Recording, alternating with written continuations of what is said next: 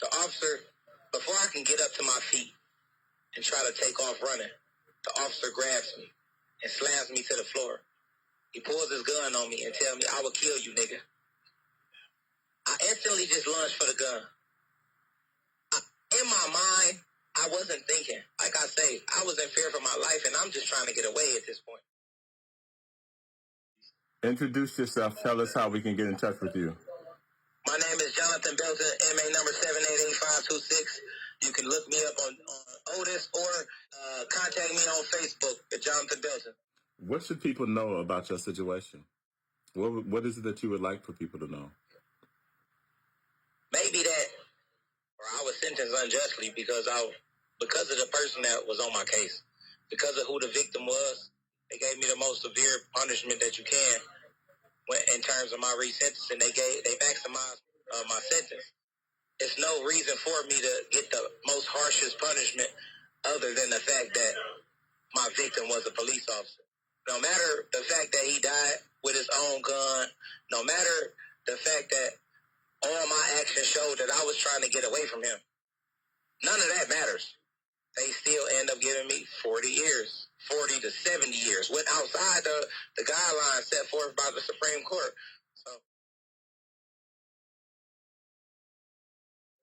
I believe without a shadow of a doubt that it was all just because of who the victim was. It's not because of my prison record. It's not because I'm not in here doing the things that I need to do. They tried to depict me as some violent person that's in here just going crazy, and my records speak totally against that. So, like, they penalized me for not having certain classes, but these are the classes that they wouldn't allow me to get into when I asked them for it. So, it's like, I understand my situation. I understand that somebody lost their life, and I understand that there's a price to pay for that. But if the law stipulates that a person should be given 25 years, then that's what I should have received on the resentence. There's no way that I get 40 years. I wasn't out committing no crimes. Was I driving a vehicle? Yes, I was driving a vehicle that wasn't stolen, that was actually registered to my mother.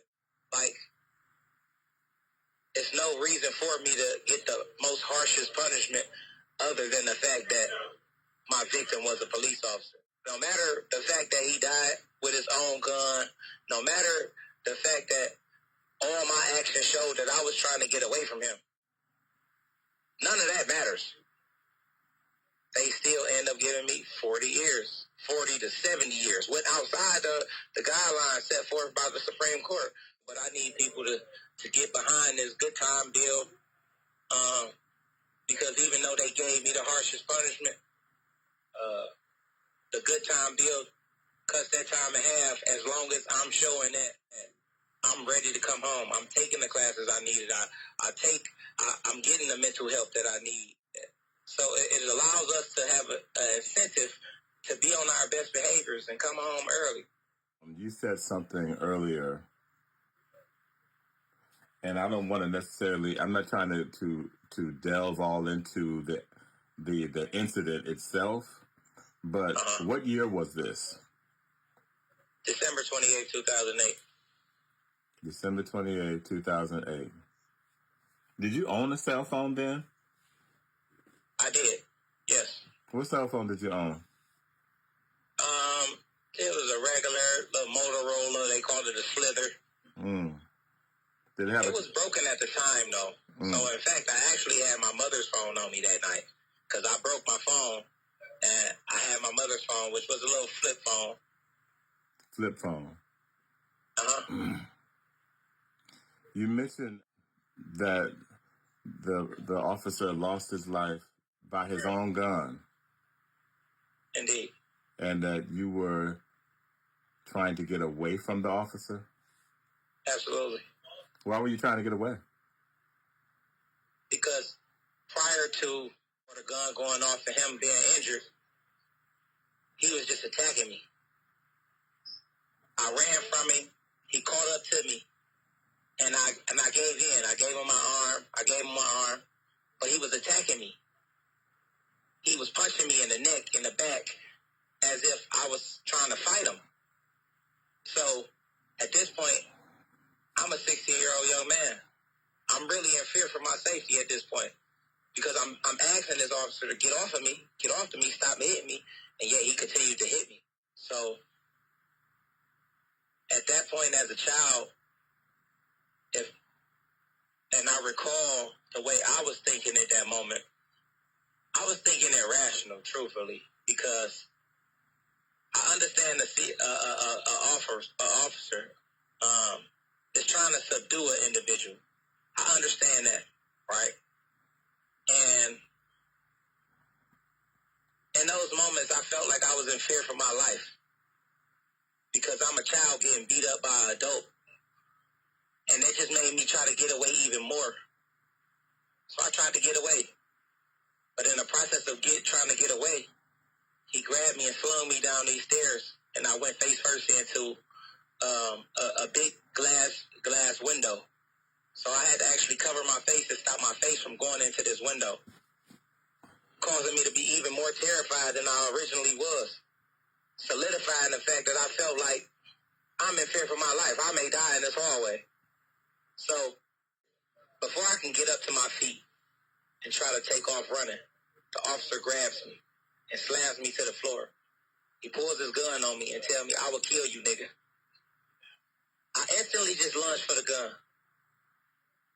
In my mind, I wasn't thinking. Like I say, I was in fear for my life, and I'm just trying to get away at this point. Even more than what I originally did. I took off running, he caught me. I tried to get away again, he caught me. I'm just trying to get away.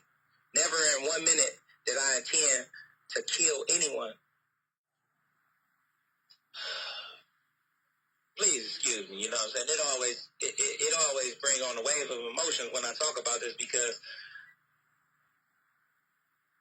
I believe if phones was, if we were in a day and age now, I mean, back then that we are now, while everybody is recording things, I believe that this case would have been tremendously different. I don't think that it would have been 15 years later and I'm still sitting in prison. I understand the severity of this case. I understand that a person lost their life and my heart goes out to his family.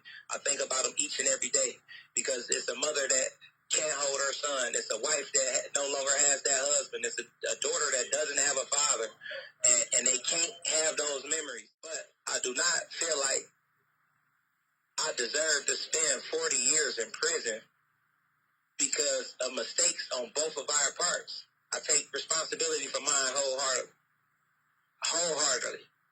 Even as an adult or even as a child, I take responsibilities for those actions as a child. When children make horrible mistakes, just some are more detrimental than others. So I take responsibility, accountability, but I was in fear for my life that night. And I was just trying to make it home to my mother. I wasn't trying to die in that hallway, and I felt like that officer was trying to kill me in that hallway.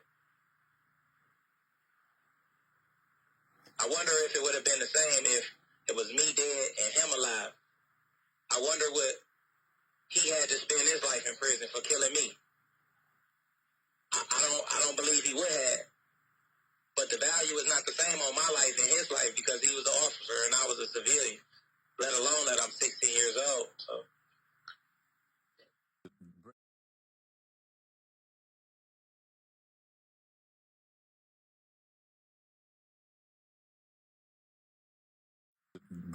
In 60 seconds or less, bring us up to speed on juvenile lifers without parole, what that means, and what the latest legislation meant, and then what is your current status? Okay, juvenile lifers, a life without parole is juveniles that was under the age of 19 currently, 19 and under or 18 and under. They consider us juveniles that were given life without parole, meaning natural life in prison. Currently, in 2012, there was a law that came out saying that they have to abolish life without parole for juveniles except in extremely heinous crimes. So that opened, in 2014, it became retroactive. In 2022, I was sent back down to the Oakland County circuit court to be resentenced.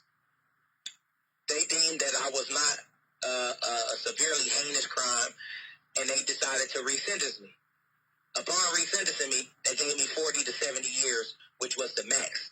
They were supposed to resentence us between 25 and 40, 25 being a low end, 40 being a high end. For our bottom, I actually timed the dude, but our tail would be 60 years. My judge gave me 40, the absolute max, plus 2 for the gun, 42, and gave me 7 years, went 10 years above the max time that I was supposed to be able to be given. Currently, I'm on appeal. My appeal is in. I just got a lawyer about 2.5, 3 weeks ago because there's been new cases that came out that says that it's unconstitutional to still give a 16-year-old or 17-year-old 40 years in prison because it doesn't meet the criteria set forth in Miller versus Alabama or People versus Louisiana of meaningful opportunity release. So they're saying that they will give a child 40 years when our life expectancy is only set at 64. They believe it to be 64. So it doesn't give me a meaningful opportunity of release. They're only allowing me to do 8 years out in the free world if given parole at 42 years. So you mentioned earlier that your case was deemed not heinous by the standard or by the definition that they're using. Is that right? No, you're correct. My case was not deemed heinous. She didn't deem, my judge was, she didn't believe that it was heinous. Though that the crime was extremely serious and the person lost their life, they didn't deem mine as being heinous, no. But they still gave you the maximum and above. Absolutely. And gave me the maximum and above. What is the record of why they said they did that? Like, what is on record? What is the justification? She said because I never spoke. Up until resentencing, I never spoke. But that's because I was oblivious to how court proceedings work. I had a lawyer amongst 3 other lawyers. They encouraged me not to speak.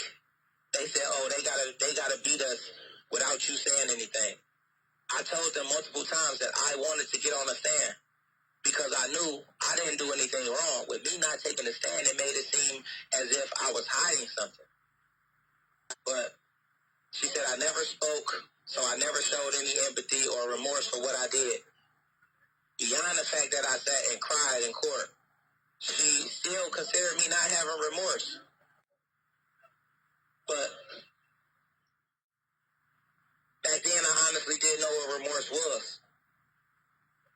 I didn't know what empathy was.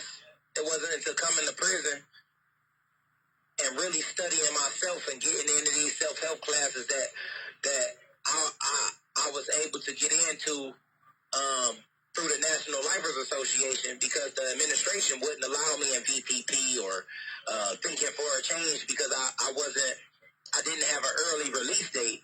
So they didn't make me a priority. People who are going to the streets sooner gets priority in those classes. So I was never able to take those classes.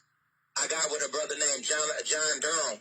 He, in a lot of ways, is a mentor to me. He teaches a class called Parole Readiness, and he taught me about remorse and empathy and what it actually means. By putting yourself in somebody else's shoes and feeling their pain, being able to relate to their traumas. Like, I didn't know what that meant as a 16-year-old child. So I'm not mad at her for saying she didn't believe I had remorse when I was a child, but that was 15 years ago. And she looked at me as a grown man and told me I didn't have remorse as a grown man when I sat in that courtroom shedding tears every single day because of the pain that I seen on his wife's face as I entered into the courtroom every day. Didn't even know he was the wife. I didn't even know it was his wife, but I know that this particular face, had so much pain in it, and I seen it going in and out of this courtroom every time, and it hurt me to my core. So, you know.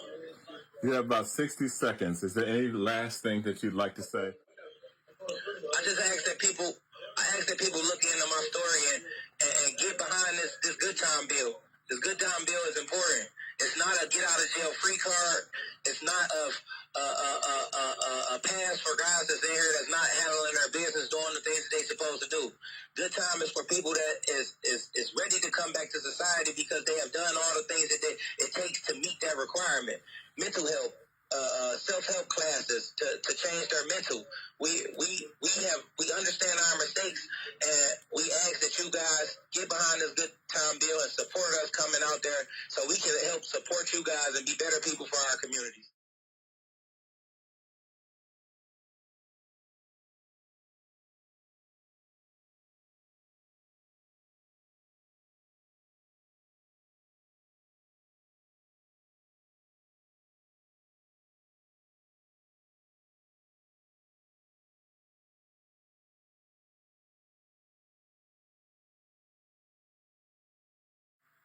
The officer, before I can get up to my feet and try to take off running, the officer grabs me and slams me to the floor. He pulls his gun on me and tells me, "I will kill you, nigga." I instantly just lunged for the gun. In my mind, I wasn't thinking. Like I say, I was in fear for my life, and I'm just trying to get away at this point. Introduce yourself. Tell us how we can get in touch with you. My name is Jonathan Belton, MA number 7888526. You can look me up on Otis or contact me on Facebook at Jonathan Belton. What should people know about your situation? What is it that you would like for people to know? Maybe that, or I was sentenced unjustly because of the person that was on my case, because of who the victim was. They gave me the most severe punishment that you can. In terms of my resentencing, they maximized my sentence.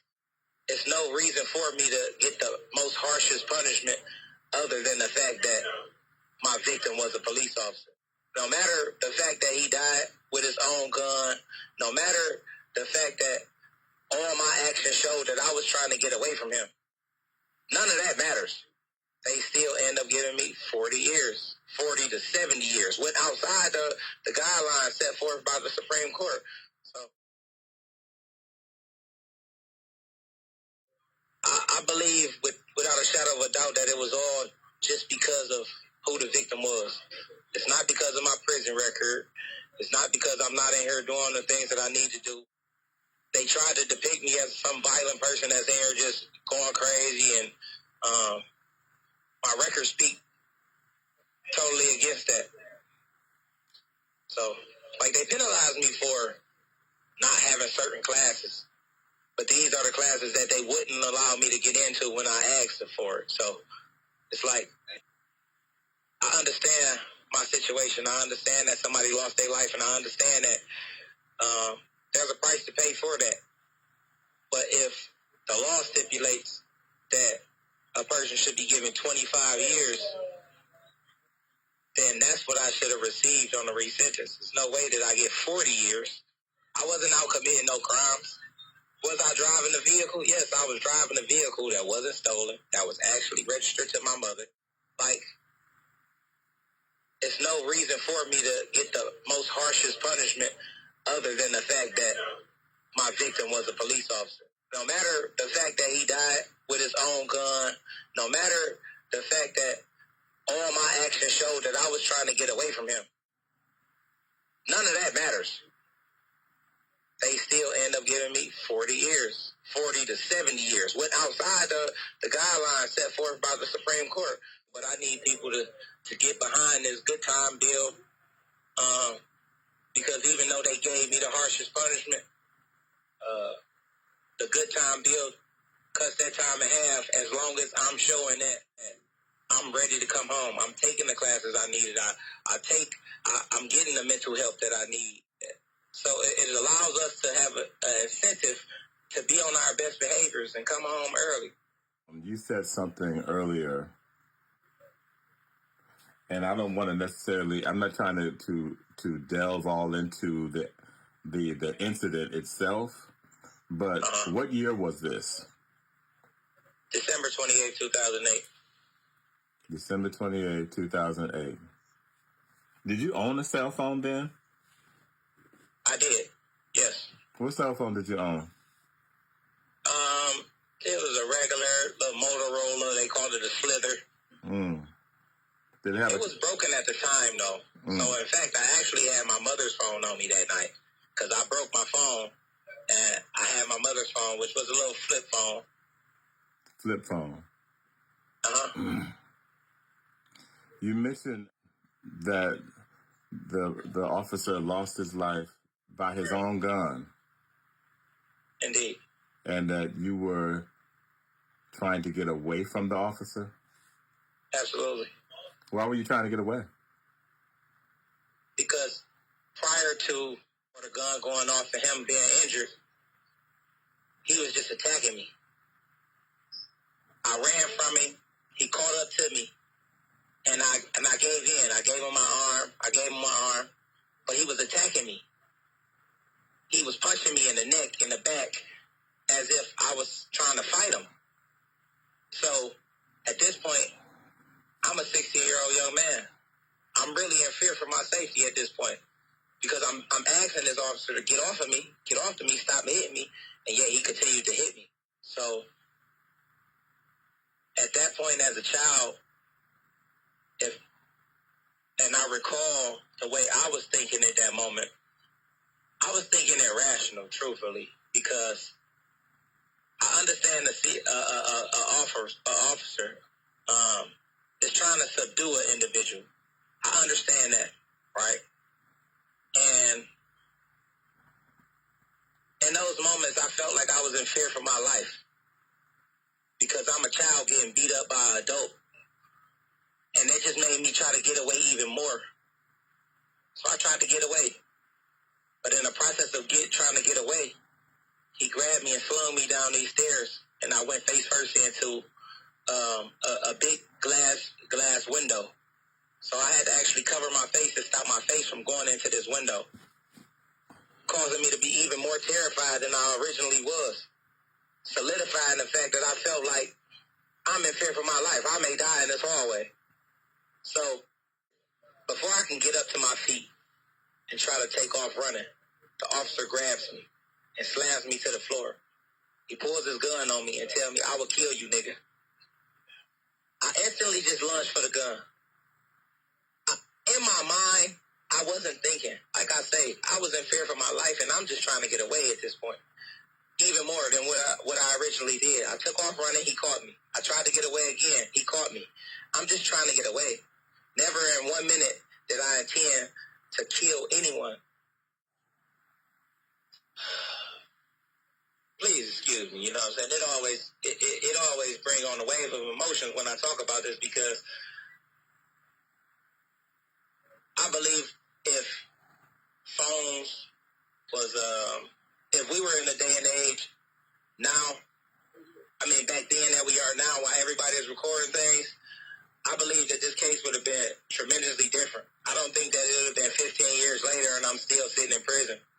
I understand the severity of this case. I understand that a person lost their life and my heart goes out to his family. I think about them each and every day because it's a mother that can't hold her son. It's a wife that no longer has that husband. It's a daughter that doesn't have a father, and they can't have those memories. But I do not feel like I deserve to spend 40 years in prison because of mistakes on both of our parts. I take responsibility for mine wholeheartedly. Even as an adult or even as a child, I take responsibilities for those actions as a child when children make horrible mistakes. Just some are more detrimental than others. So I take responsibility, accountability, but I was in fear for my life that night. And I was just trying to make it home to my mother. I wasn't trying to die in that hallway, and I felt like that officer was trying to kill me in that hallway. I wonder if it would have been the same if it was me dead and him alive. I wonder what he had to spend his life in prison for killing me. I don't believe he would have. But the value is not the same on my life and his life because he was an officer and I was a civilian, let alone that I'm 16 years old. So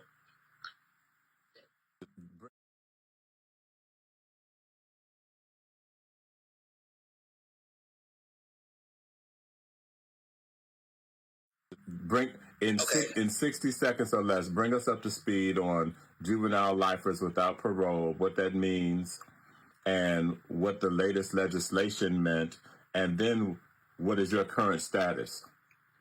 Okay, juvenile lifers, a life without parole is juveniles that was under the age of 19 currently, 19 and under or 18 and under. They consider us juveniles that were given life without parole, meaning natural life in prison.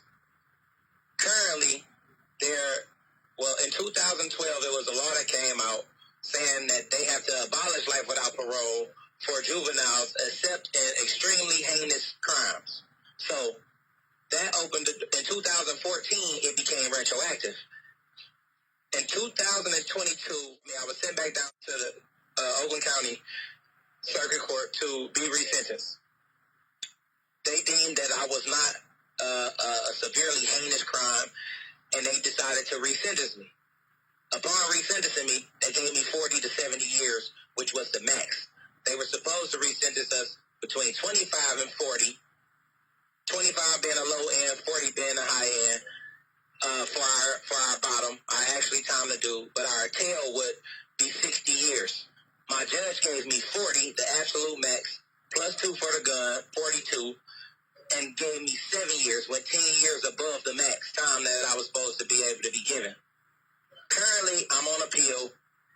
My appeal is in. I just got a lawyer about 2.5, 3 weeks ago because there's been new cases that came out that says that it's unconstitutional to still give a 16-year-old or 17-year-old 40 years in prison because it doesn't meet the criteria set forth in Miller versus Alabama or People versus Louisiana of meaningful opportunity release. So they're saying that they will give a child 40 years when our life expectancy is only set at 64. They believe it to be 64. So it doesn't give me a meaningful opportunity of release. They're only allowing me to do 8 years out in the free world if given parole at 42 years. So you mentioned earlier that your case was deemed not heinous by the standard or by the definition that they're using. Is that right? No, you're correct. My case was not deemed heinous. She didn't deem, my judge was, she didn't believe that it was heinous. Though that the crime was extremely serious and the person lost their life, they didn't deem mine as being heinous, no. But they still gave you the maximum and above. Absolutely. Gave me the maximum and above. What is the record of why they said they did that? Like, what is on record? What is the justification? She said because I never spoke. Up until resentencing, I never spoke. But that's because I was oblivious to how court proceedings work. I had a lawyer amongst 3 other lawyers. They encouraged me not to speak. They said, they gotta beat us without you saying anything. I told them multiple times that I wanted to get on a stand because I knew I didn't do anything wrong. With me not taking a stand, it made it seem as if I was hiding something. But she said I never spoke, so I never showed any empathy or remorse for what I did. Beyond the fact that I sat and cried in court, she still considered me not having remorse. But back then, I honestly didn't know what remorse was. I didn't know what empathy was. It wasn't until coming to prison and really studying myself and getting into these self-help classes that I was able to get into through the National Lifers Association because the administration wouldn't allow me in VPP or thinking for a change because I didn't have an early release date. So they didn't make me a priority. People who are going out to the streets sooner gets priority in those classes. So I was never able to take those classes. I got with a brother named John Durham. He, in a lot of ways, is a mentor to me. He teaches a class called Parole Readiness, and he taught me about remorse and empathy and what it actually means. By putting yourself in somebody else's shoes and feeling their pain, being able to relate to their traumas. Like, I didn't know what that meant as a 16-year-old child. So I'm not mad at her for saying she didn't believe I had remorse when I was a child, but that was 15 years ago. And she looked at me as a grown man and told me I didn't have remorse as a grown man when I sat in that courtroom shedding tears every single day because of the pain that I seen on his wife's face as I entered into the courtroom every day. Didn't even know he was the wife. I didn't even know it was his wife, but I know that this particular face, had so much pain in it, and I seen it going in and out of this courtroom every time, and it hurt me to my core. So, you know. You have about 60 seconds. Is there any last thing that you'd like to say? I just ask that people look into my story and get behind this good time bill. This good time bill is important. It's not a get out of jail free card. It's not a pass for guys that's in here that's not handling their business, doing the things that they're supposed to do.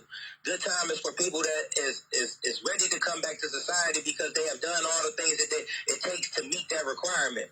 Mental health. Self-help classes to change their mental. We understand our mistakes, and we ask that you guys get behind this good time bill and support us coming out there so we can help support you guys and be better people for our communities.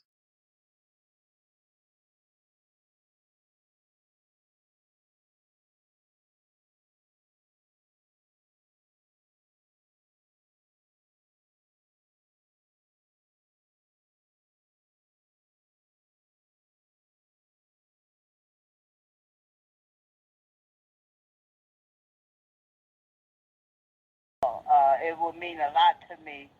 I've been here for 21 years. I'm a lifer with parole.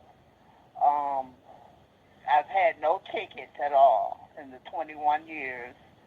And second look would be a good thing for me to go home because I've learned my lesson. I took various groups. I'm a Chance for Life Corps member. I do mediations in the units as needed, and I facilitate classes. I'm a PPCA, which is a hospice worker. And if I get a chance to go home, I will get back to society.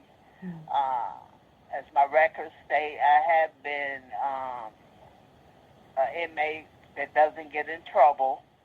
And it's been 21 years, and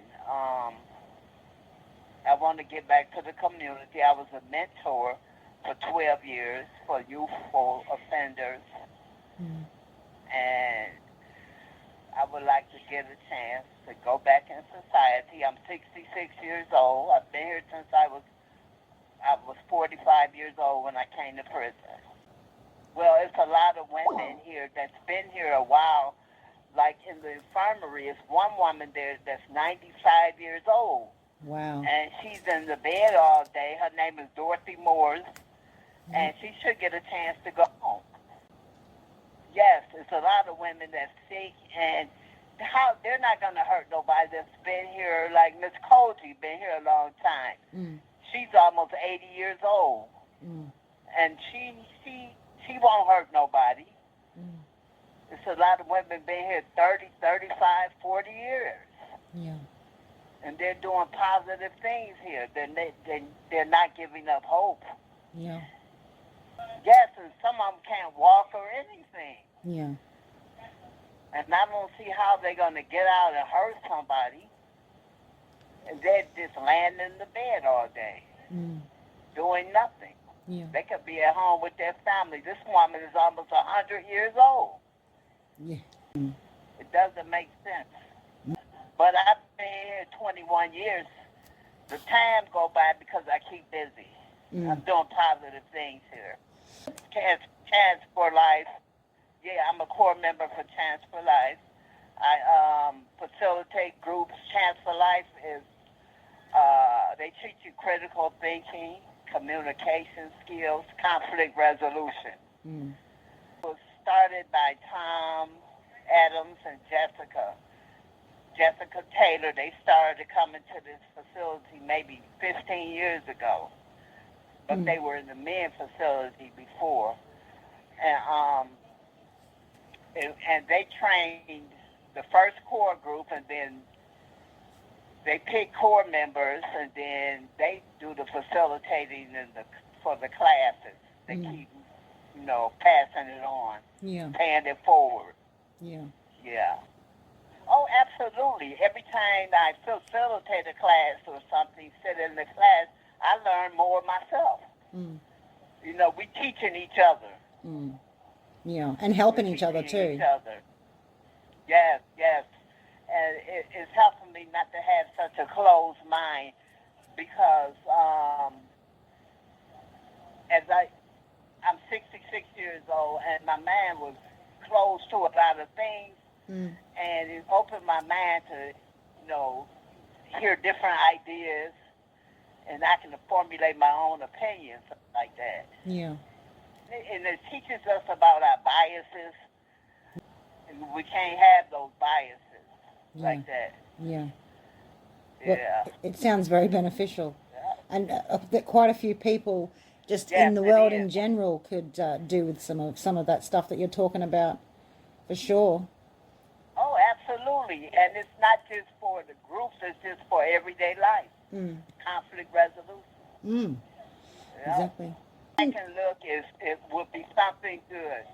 Yes. I think so if they too. take a second look at how people act inside the prison, that'll tell them how they'll be on the outside. This is Rio. I wanted to mention briefly about why people should consider a second look or have everybody vote for it, because a lot of people wrongly believe that once you catch a case and once you come to prison, that just defines who you are, and that's completely not true. Whether you've been down 10 years, 20 years, 30 years, nobody's the same as when they first came to prison, and I can truly vouch for that because I was a knucklehead when I first came down, and I finally grew up, say maybe just 10 years ago. But within the past couple of years, once I got involved with the Bears for Kids project, it became like my newest passion because I'm a board member of the National Lifers, and Bears for Kids project is a subsidiary of that. And Bears for Kids, we donate bears, quilts, hats, backpacks, everything to anybody in need, from children's hospitals to assisted living facilities, fire departments, you name it. And I feel like it's our duty to finally give back from the communities that we've taken so much from. And a lot of these guys involved in this have been down ungodly amounts of time, but yet we're the ones getting overlooked because people believe you can't change. So I think if you have an opportunity, take a look at the NLA website, take a look at the Bears for Kids, see all the things that we've done, and then you decide if people can change. So, I encourage everybody to get out, support this second look, get your legislatures to vote for it, and better decisions on who to release, who to let home. Thank you. Sure. I was 20 years old when I came to prison. That was 24 years ago, and now I'm 45. I've been down for 24 years, and it's been for second-degree murder.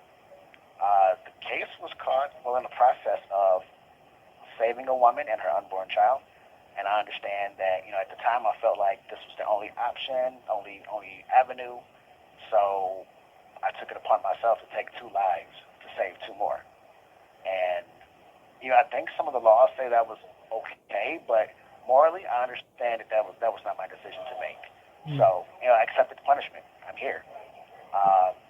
But, I do believe that because I'm no longer that same kid that came to prison, I think I should get an opportunity to get home. But honestly, I have 37 years, but because of truth and sentencing, I actually have more time than lifers. So if I had a parolable life, I would have been eligible for parole after 15 years. But instead, I have to actually do more time than a lifer. So, but the parole board does not have the authority or jurisdiction to even look at my case yet because, truth and sentencing.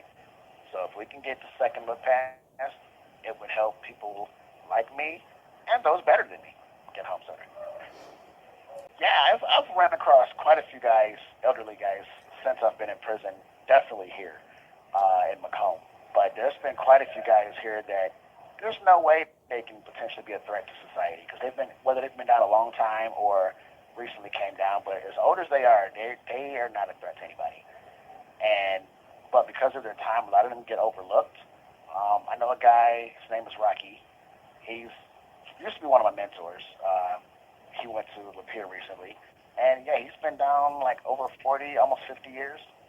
Barely caught 1 or 2 tickets, something like that. So there's no reason why he shouldn't be at home with his family, but instead he's stuck here because of politics. One of my other mentors when I first came to prison was Hudson Bay, and he had so many different college degrees. He taught me so much, and he filed commutation after commutation. He's had staff support, warden support, political support, all suggesting that he get his commutation granted. For whatever reason or another, they never did, and he died a few years ago. So there is no reason why elderly should be left in here. Because even if they were committed some of the most horrendous crimes, they're not that same person. So those should be some of the top priorities. And then us next guy. My name is Alvin Levon Smith Jr. My prison number is 214299. I'm from Ypsilanti, Michigan. I committed the crime of murder in 1995, April 8th, where I shot and killed a man.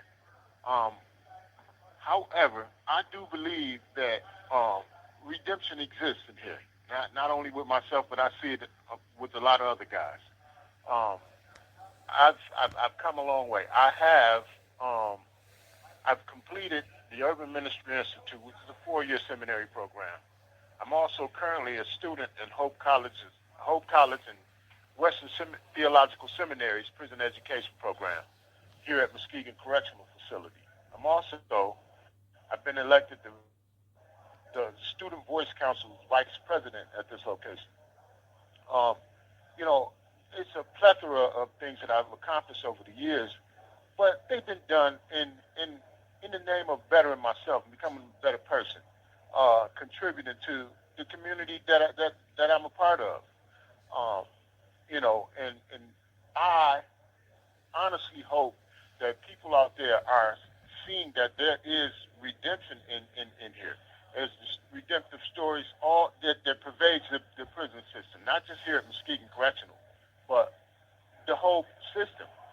I'm also an artist I've been not just selling art all over the world, but I have been donating pieces. I've donated pieces to Prison Creative Arts program. I've donated pieces to Hope College's Kreisinger Museum. And more recently, I donated pieces for auction for the Kids Trust Fund, which is happening this year in June. This month, actually. But and it's nothing I can do that makes me feel like I've arrived at anything. I imagine that a normal, average, everyday citizen feels like they want to contribute to the community, contribute to society, and that's where I've grown to be. I love having the opportunity to do that, and I just need people out there to see that guys in here are not the same guys they were when they committed their crimes. There's no way. It's like the programs that I've been fortunate enough to be a part of, it's almost like a butterfly going through the metamorphosis process. Because once that caterpillar goes through that cocoon and it comes out a butterfly, it can never go back to being a caterpillar. It just can't. And that's the same way with us. And it's not just me. I see it in a lot of guys. And I hope that, you're getting information on those guys as well. Mm. But for me, that's pretty much all I want to say. And, guys, give this some real serious consideration. And if you're someone who's fighting for this, fight with all your might. Everything you can give. Mm. It's a worthy cause. Okay. Oh, yes. I can leave my my website on there, right? You can, yes, you can. Okay. So it's empowermentavenue.org/the underprivileged oasis. Fantastic. I'll make sure I link to that as well. Okay, because I have an online exhibit there. You can see the kind of stuff I do, and all of it has a message. I don't just do art just to do it. It all has messages, and my artist statements are there too, so you'll see, what I'm thinking about each piece. Okay. Fantastic. I'll check that out. Thank you so much. Yeah. Thank you so much. Bye bye. Bye bye. Class of 2024.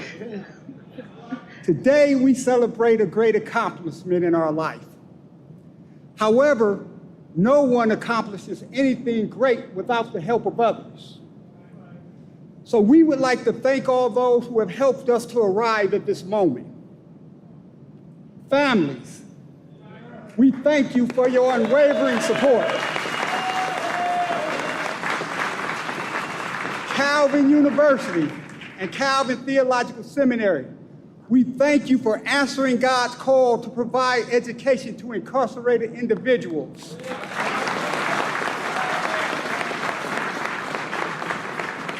Thank you, former students and current students, for your continued encouragement. And thank you, Michigan Department of Corrections, for opening your doors and allowing us the chance to accomplish something great.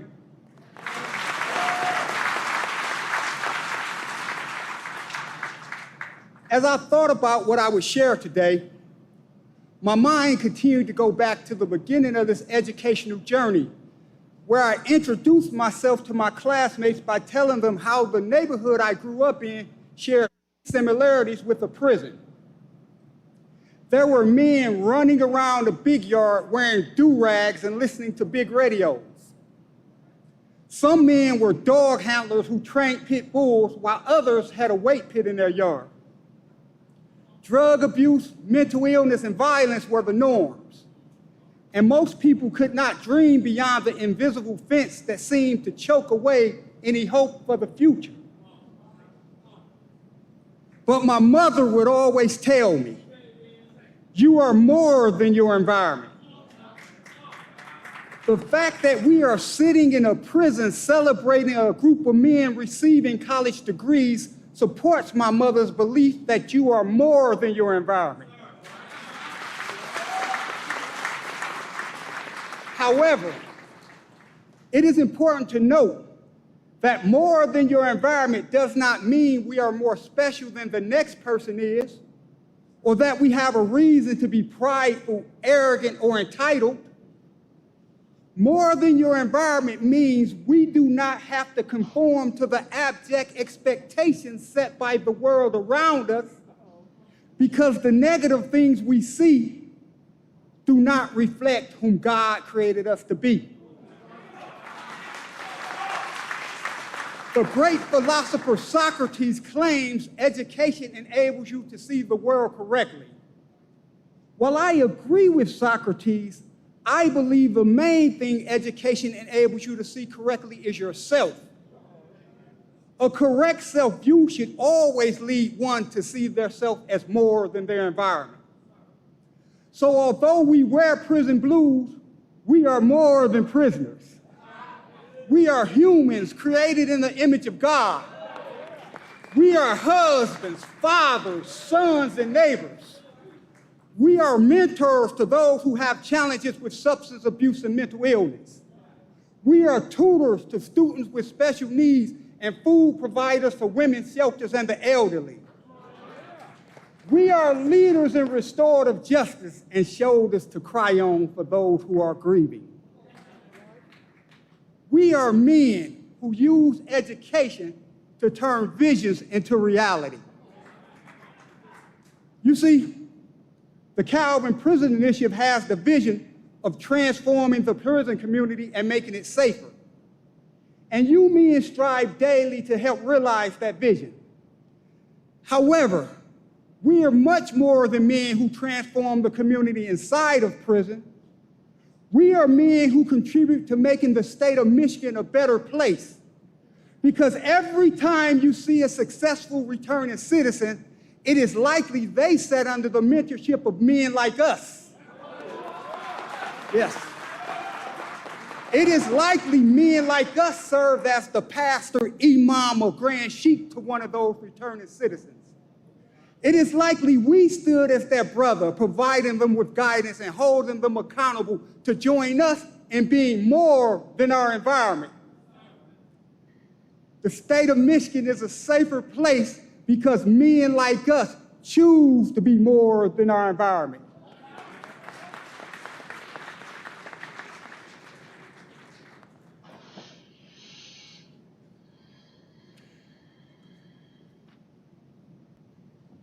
Today, class of 2024, we add college graduate to our identity. But I hope our understanding of who the men in this community are will encourage the graduates to remember that our diploma is more than a piece of paper to hang on the wall or a document to show the parole board. Our diploma is instead a reminder that although our college careers might be over, we have a mandate and an obligation to go forth each day being more for our family and our community. I would conclude with this thought. Let it not be lost on us that the Calvin community believed in us and provided us with hope for the future. The Calvin community reminded us that we are God's image bearers despite our past failures. So as we continue on our life journey, let us forever be more than our environment as we live out Calvin's mission by thinking deeply, acting justly, and living wholeheartedly as Christ's agents of renewal in the world. Thank you. All right, my name is John Cornelius Jenkins. My number is 159-550. I'm at Coldwater Correctional Facility. I have been convicted of 2 first-degree murders for something that happened in 1989.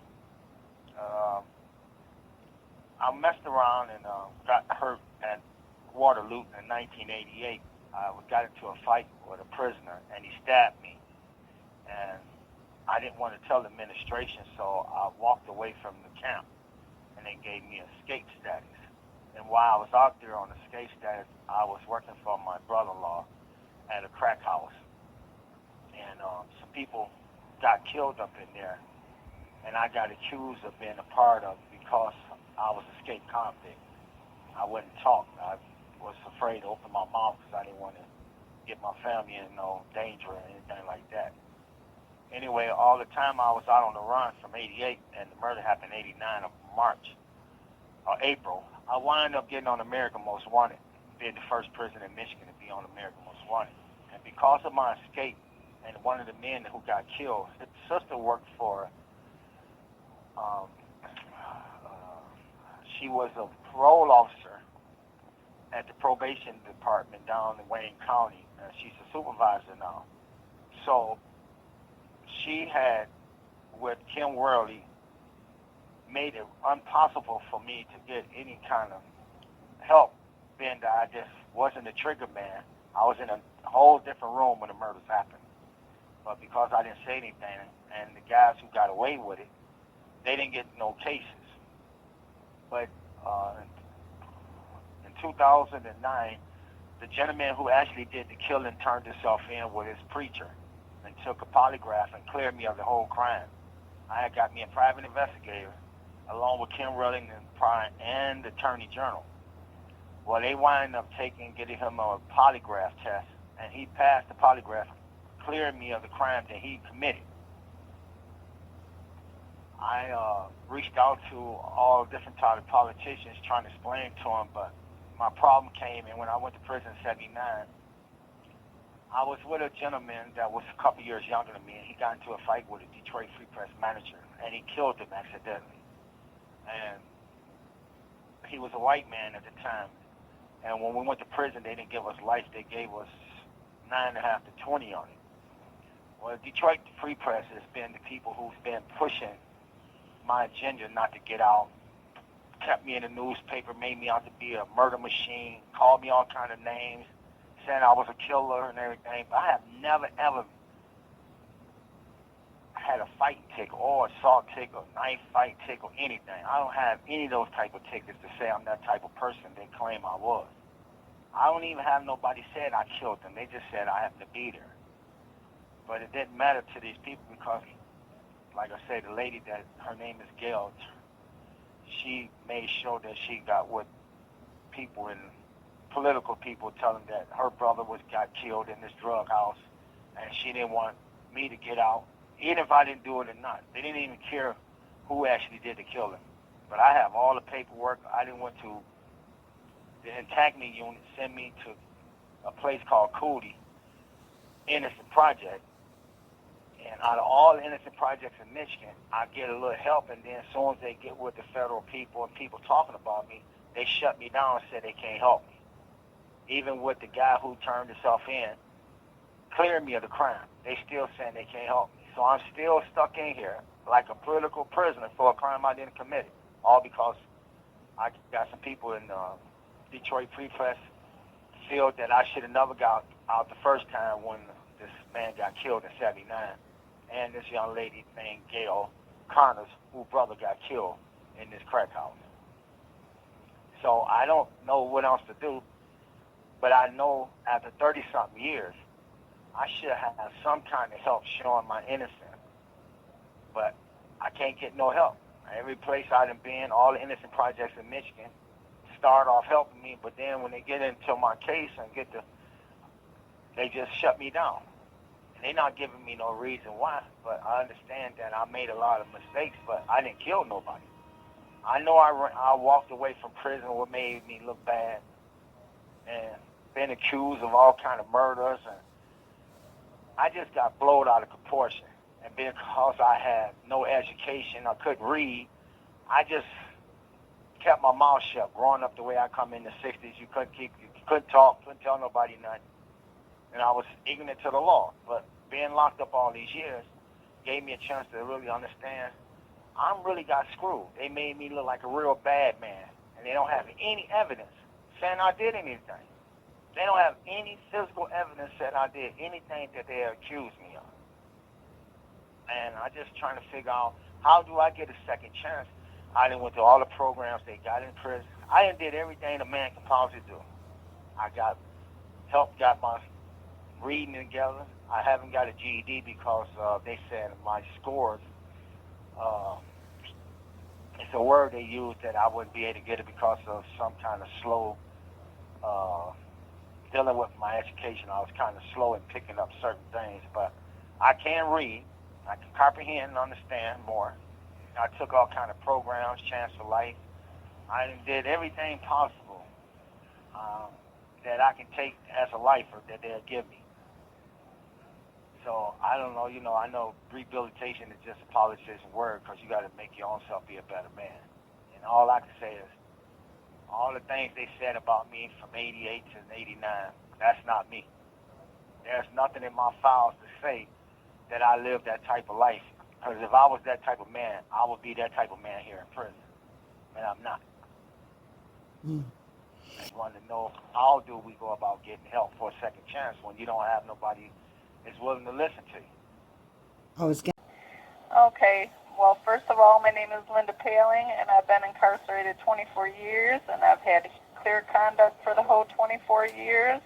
What a second chance, second look means to me is a second chance at life outside these prison walls, a chance to show the positive, good, hardworking citizen I can be out there if given the opportunity, to show the changes I've made within myself, to my family, my loved ones, the citizens out there, to be able to give back to others. I'd love to help in food banks with homeless, domestic violence victims, as I also was a victim. People who need a helping hand out there, just to be there for them. I've worked 14 years in the MSI Dental Lab at Women Huron Valley facility and plan to get a job as a dental lab technician when I'm out. A way to give back to others, to lift their self-esteem and create smiles. Please give us the opportunity for a second chance and a second look, and please support these bills. So much appreciated. Thank you. Thank you. Yeah, I have family and friends that are out in the world and they have hard times and really could use my help. I have a sister who has diabetes and is losing her sight, and I have also learned and got certified as a Braille transcriber while incarcerated, and I know how to read Braille, and it would really help my family member, my sister, because of her losing her sight. She's really living alone and home alone, and that's who I plan on staying with when I get out. And just to give back, I have in my heart, I've went through a lot. I got 5 beautiful children. 1 passed away, and because of a domestic violence situation, and I just want to give back, to talk to young children, girls that get in relationships with people that are in domestic violence situations, and to let them know that there's a way out and it's okay to ask for help, something that I wish I would have did back in my 20s when I got incarcerated, just to show that they are somebody to love themselves. And that's something I had to learn because my self-esteem was so low at the time, and just to learn to love myself again and know that I'm somebody, and be able to make a life for myself, and it's okay. I really want to do that for young people and to let them know there's people out there that care, and not to be afraid to get help. A second chance to do good, and I've really changed in here. I want to get a second chance to be a grandmother and a mother to my children and live a good life and get all my medical done and be a good citizen and help volunteer where I can and do whatever I can do and live a clean life and enjoy clean and sober that I could not when I was not clean and sober, and be happy. Also enjoy the stuff clean and sober, whatever I can, and get stuff I need, and be a loving mom and grandma, and help people to talk at schools and let the students know what not to do to end up in prison. And then I was in a domestic violence relationship, and now I care for myself and have grown and have changed for the better. Let me introduce myself. I am Dennis Burke. My prison number is A191620. I came to prison when I was 33 years old. I am now 70 years old. I have served 37 years of 2 natural life sentences. I was charged with conspiracy to commit first-degree murder and first-degree murder. Both charges stem from one body. I was not present at the crime scene. I was 60 miles away. The actual murderer was my girlfriend, Miss Donna Shadell. She killed my ex-wife and, of course, was offered a plea bargain. She was charged with second-degree murder and offered a 10 to 20-year sentence, which she served 8.5 of and was released in 1996. Michigan is number 1 in the nation for length of time served in prison. And despite the fact of handing out the most lengthy sentences, it has not had a substantial impact on dropping the crime rate in this state. It is costing you, the taxpayer, over $2.3 billion a year just on the prison system. While Michigan still doesn't provide correctional and rehabilitation programs for all its prisoners, this reveals that the current system governing Michigan's prisons is tearing into the moral and financial fibers of the state of Michigan. Just take a look at the condition of your children's school system. Statistically, the national average length of time served for a life sentence is 21 years, and the recidivism of lifers is less than 1%. But Michigan's justification for lack of reform for lifers is the extremely rare commutation process, which are granted to predominantly parolable lifers, not those serving life without parole sentences. Currently, a life without parole sentence in Michigan is functional equivalent to being sentenced to the death penalty, death by incarceration, which is against Michigan's Constitution. Therefore, we who have served 3, 4, and 5 decades in prison suggest that 1, it is time for the state to get rid of the Truth in Sentencing Act, which requires prisoners to serve 110% of their minimum sentence before they're becoming eligible for consideration for parole. 2, bringing back good time credits. 3, placing a 25-year cap upon all natural life sentences. And 4, getting the second look bill passed. Then implement corrective programs and education for all prisoners that mean something, meaning that the parole board recognizes these programs for release on parole, because this would incentivize prisoners to fully engage in such programming and educational provisions for the rehabilitation and provide us with the life skills to be productive citizens in society. We cannot continue to sit idle and not challenge our governor to use her executive powers to prevent the further moral, financial, and constitutional deterioration of the state of Michigan. Now is the time to let our governor hear our voices about our concerns of loved ones who are locked up for decades upon decades upon decades upon decades. Remember, one day it could be your loved one who is serving a life sentence in this state with no hope of ever getting out. It is very easy to get into prison in the world we live in now, but it is very hard to get out. Just ask those who know. Thank you for your time and consideration. Contrary to what people claim, second look sentencing legislation is a public safety initiative. But I must say that the current bills need a few revisions to maintain sentencing equality and to limit pressure on our courts. I'll get to the revisions in a moment. Why I say second look sentencing legislation is a public safety initiative is because the parole board releases many people who pose a much greater risk to society than many older people who we continue to incarcerate. Perhaps people don't understand this or know this. Once a person reaches 55 years of age, his or her recidivism rate for any type of crime is 3%. For a violent crime, it is 1%. Likewise, juveniles convicted of first-degree murder, the worst of the worst, and who serve at least 25 years in prison have a 2 to 3% recidivism rate. Yet the recidivism rate for other incarcerated people is around 25%. In many instances, our parole board doesn't release those who are the safest because the parole board lacks authority to do so. This is where second look sentencing would enhance public safety.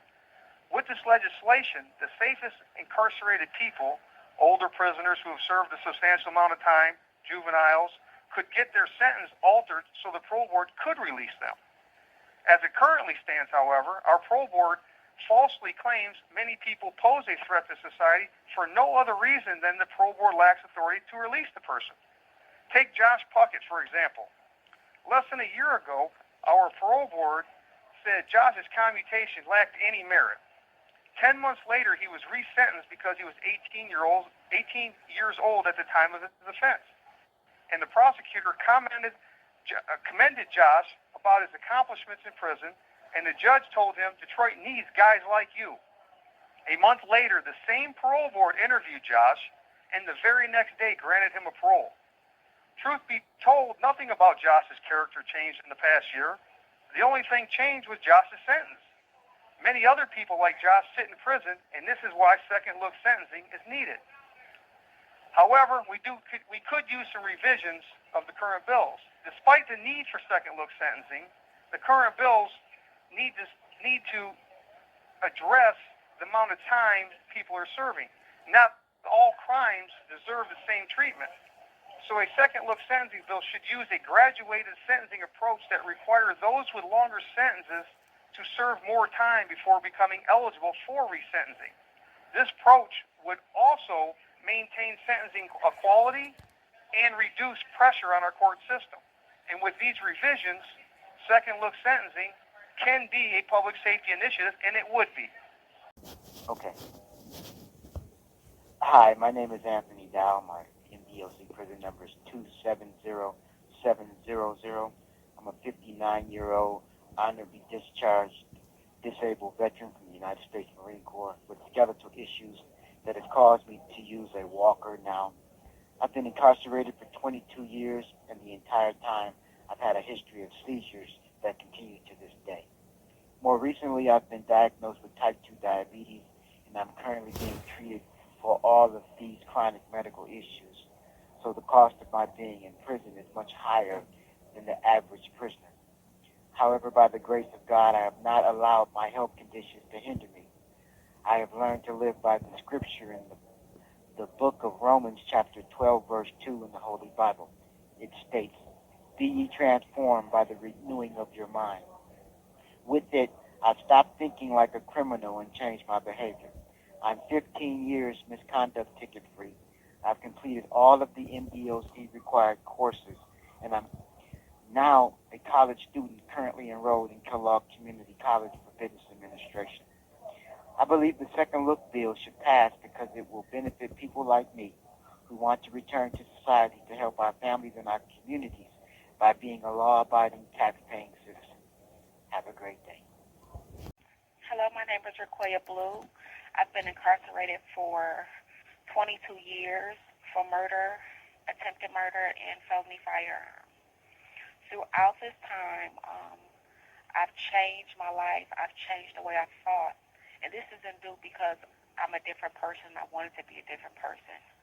And I believe that supporting Second Look, giving people a chance who have made horrible decisions with their life and have caused the community great pain. This Second Look legislation will allow people like us a second chance to live the life that we're always meant to live.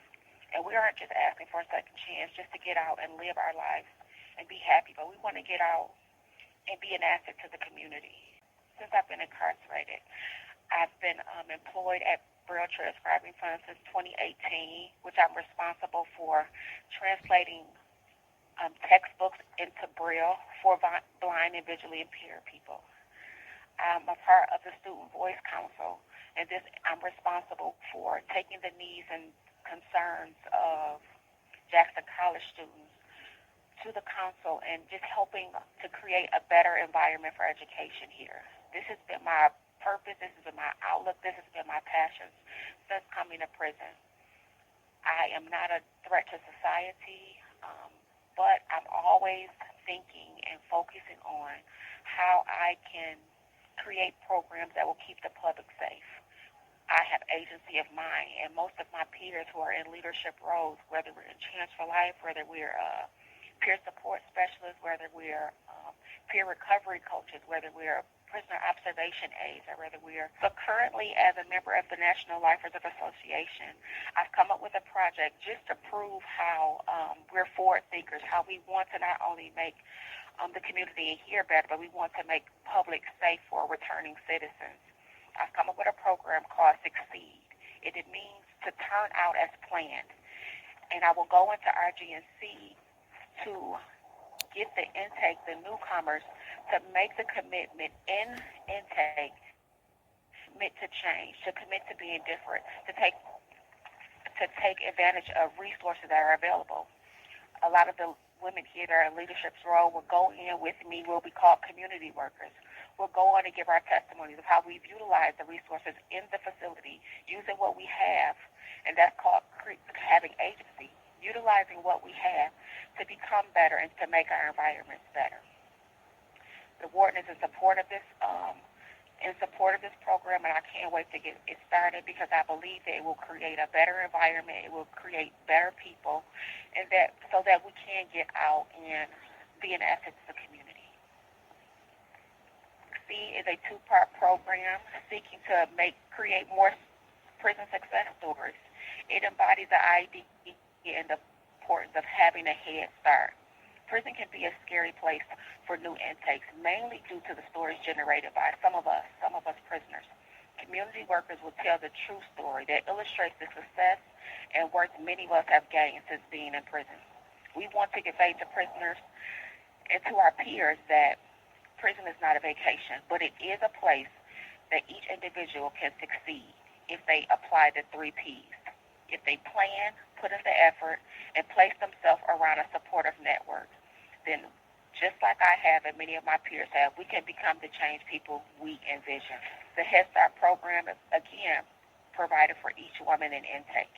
It's an opportunity for them to successfully become integrated into the prison community. Community workers will assist, support, motivate these women to serve their sentence in the most responsible and productive way. The program's main objective is to keep women from getting off track once entering prison, to surrounding them with a support system that can motivate them and encourage them to look forward to a successful parole or commutation. A lot of times when you're in RGC and you come out, a lot of women, we are relational. I've gone around, I've done my research to find out where the gaps are with women coming to prison and then being released to general population, like what's missing. And because women are relational, I've gone around and asked them, would you rather complete an assignment by yourself and be rewarded for, or complete an assignment with one other person that would be your reward? Hands down, all women say they would rather complete an assignment with another person and that be their reward. So something that I've found is that what's missing is that when people come into prison, they want to belong, and it tends to get them to hang around anyone who will take them in, and usually it's the negative crowd. So to deter women from just gravitating towards anyone, the Succeed program will place a network of role models and leadership around these women that are coming out of RG&C so that they can plan and actually achieve and have a better future, not only in prison, but it sets them on the right track so that they sign up for programs. They have mentorship from us who've been in prison for 20, 30, 40 years. And we keep a log and help them to keep a log of their progress, making plans and staying determined and just inspired to do better and to be better and not having to do it by themselves. I'm so encouraged about the second look legislation because this is the first time I believe that more information can be added so that you can have a clear picture, a whole picture of the individual that was sentenced. Not to minimize what we've done, the harm we've caused, but to see us and to understand us from our own biography, to understand our thinking, the reasons we made the bad decisions that we've made, and to understand our potential. Where are we now? And for that to be on the same playing field or the same level and the same platform and given the same consideration as the crime we've committed maybe 10, 20, 30 years ago. Our focus in here is restorative justice, smart justice, and complete justice, not just focusing on things of the past, but to progressively move towards understanding people's potential. Who are these people today? Are we keeping society safe by keeping women locked up who are actually assets to the community, who have held down jobs, who are creating programs that could possibly be utilized in the world to help society, to help at youth risk, keep from coming into prison? Now, women are so relational. Yes. I never told women what the reward would be. I told them if you do the project by yourself, you'll be rewarded. You could pick out your reward. Everyone always picked to do it with another person, and that would be their reward. Okay. Hello, my name is Herbert Giles Hill, 132442. I'm at the correctional facility, Lakeland Correctional Facility. And I'm calling on behalf of the Prison Reform Program. First of all, I want to state that I believe that my case is wrong because the way I was convicted under a charge that was not validated. I committed the crime that I'm in prison for, but the reason for the way I was convicted, I believe, involved another crime, which I have nothing to do with, but they blamed me for it anyway. And I was never charged for that crime, and they had penalized me for that crime. In other words, I'm serving time for a crime I did not commit. But in the same breath, I feel that the program, the crime that I'm in here now for, should be looked at, and something should be done in order to reform me back to be able to be in parole, because I feel like almost 50 years is more than enough time for me to serve for a crime in which I was protecting myself and my family for. My crime the original crime I'm convicted for, I was being robbed by the victim, and the victim was trying to get away, and my girlfriend at the time caught him, and she informed me that what he was doing, because I was in the kitchen cooking dinner for the family, and when I got up front there confronting him, he hit me upside the head and tried to get away, and I rushed him after I pushed myself off the wall and grabbed him, tried to take the gun from him. You know, the gun goes off and he got shot in the abdomen. My mistake then, we should have been at the time, was call an ambulance or call the police and inform them as to what happened. But at the same time, I was on parole and I was afraid to go back to prison and for this crime. And I did the wrong thing and tried to expose the body, and I shot the guy again in the head, you know, which I should never have done. But like I was saying, I was afraid at the time, and I tried to conceal my action by getting rid of the body and exposing myself to more problems and troubles, and not even realizing what happened.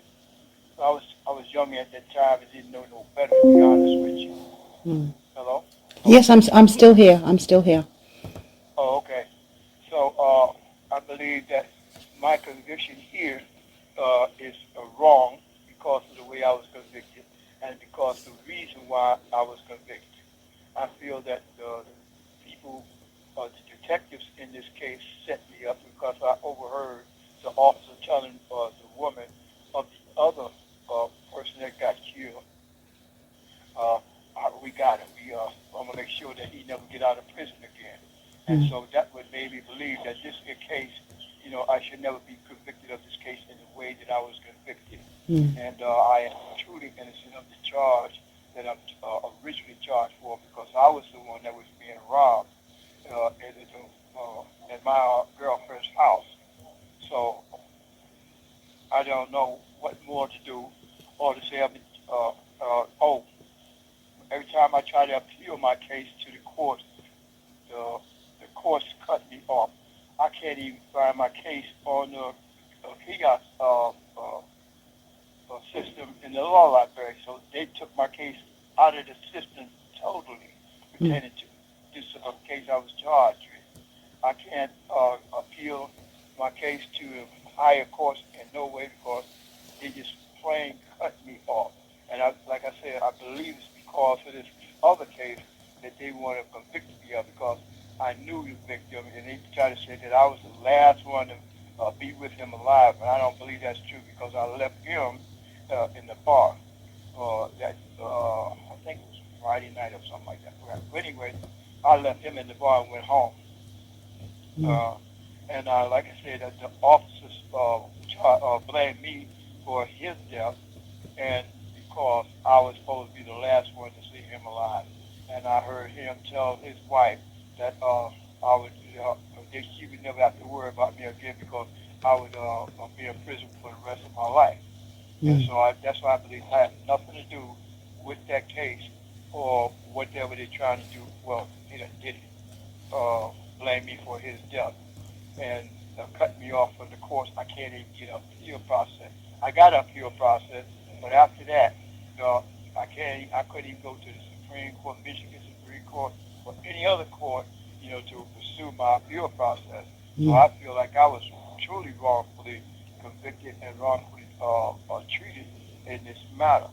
So hopefully, something could be done to reform this, get some kind of reform out of it, and I can see the parole board. The parole board keep on denying me, saying I'll see you another 5 years, or they would even interview me face to face. I get everything on paper.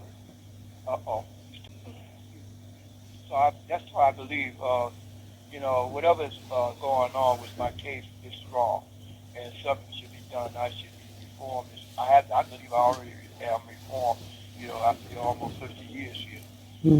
So I don't know what else to do but to try and continue to appeal my file cases in the court to try to get an appeal process and go further to try to defend myself. But they, like I said, I can't do it. They won't allow me to do it. You know, so I don't know what else to do. But try to reach out to any and everybody for help.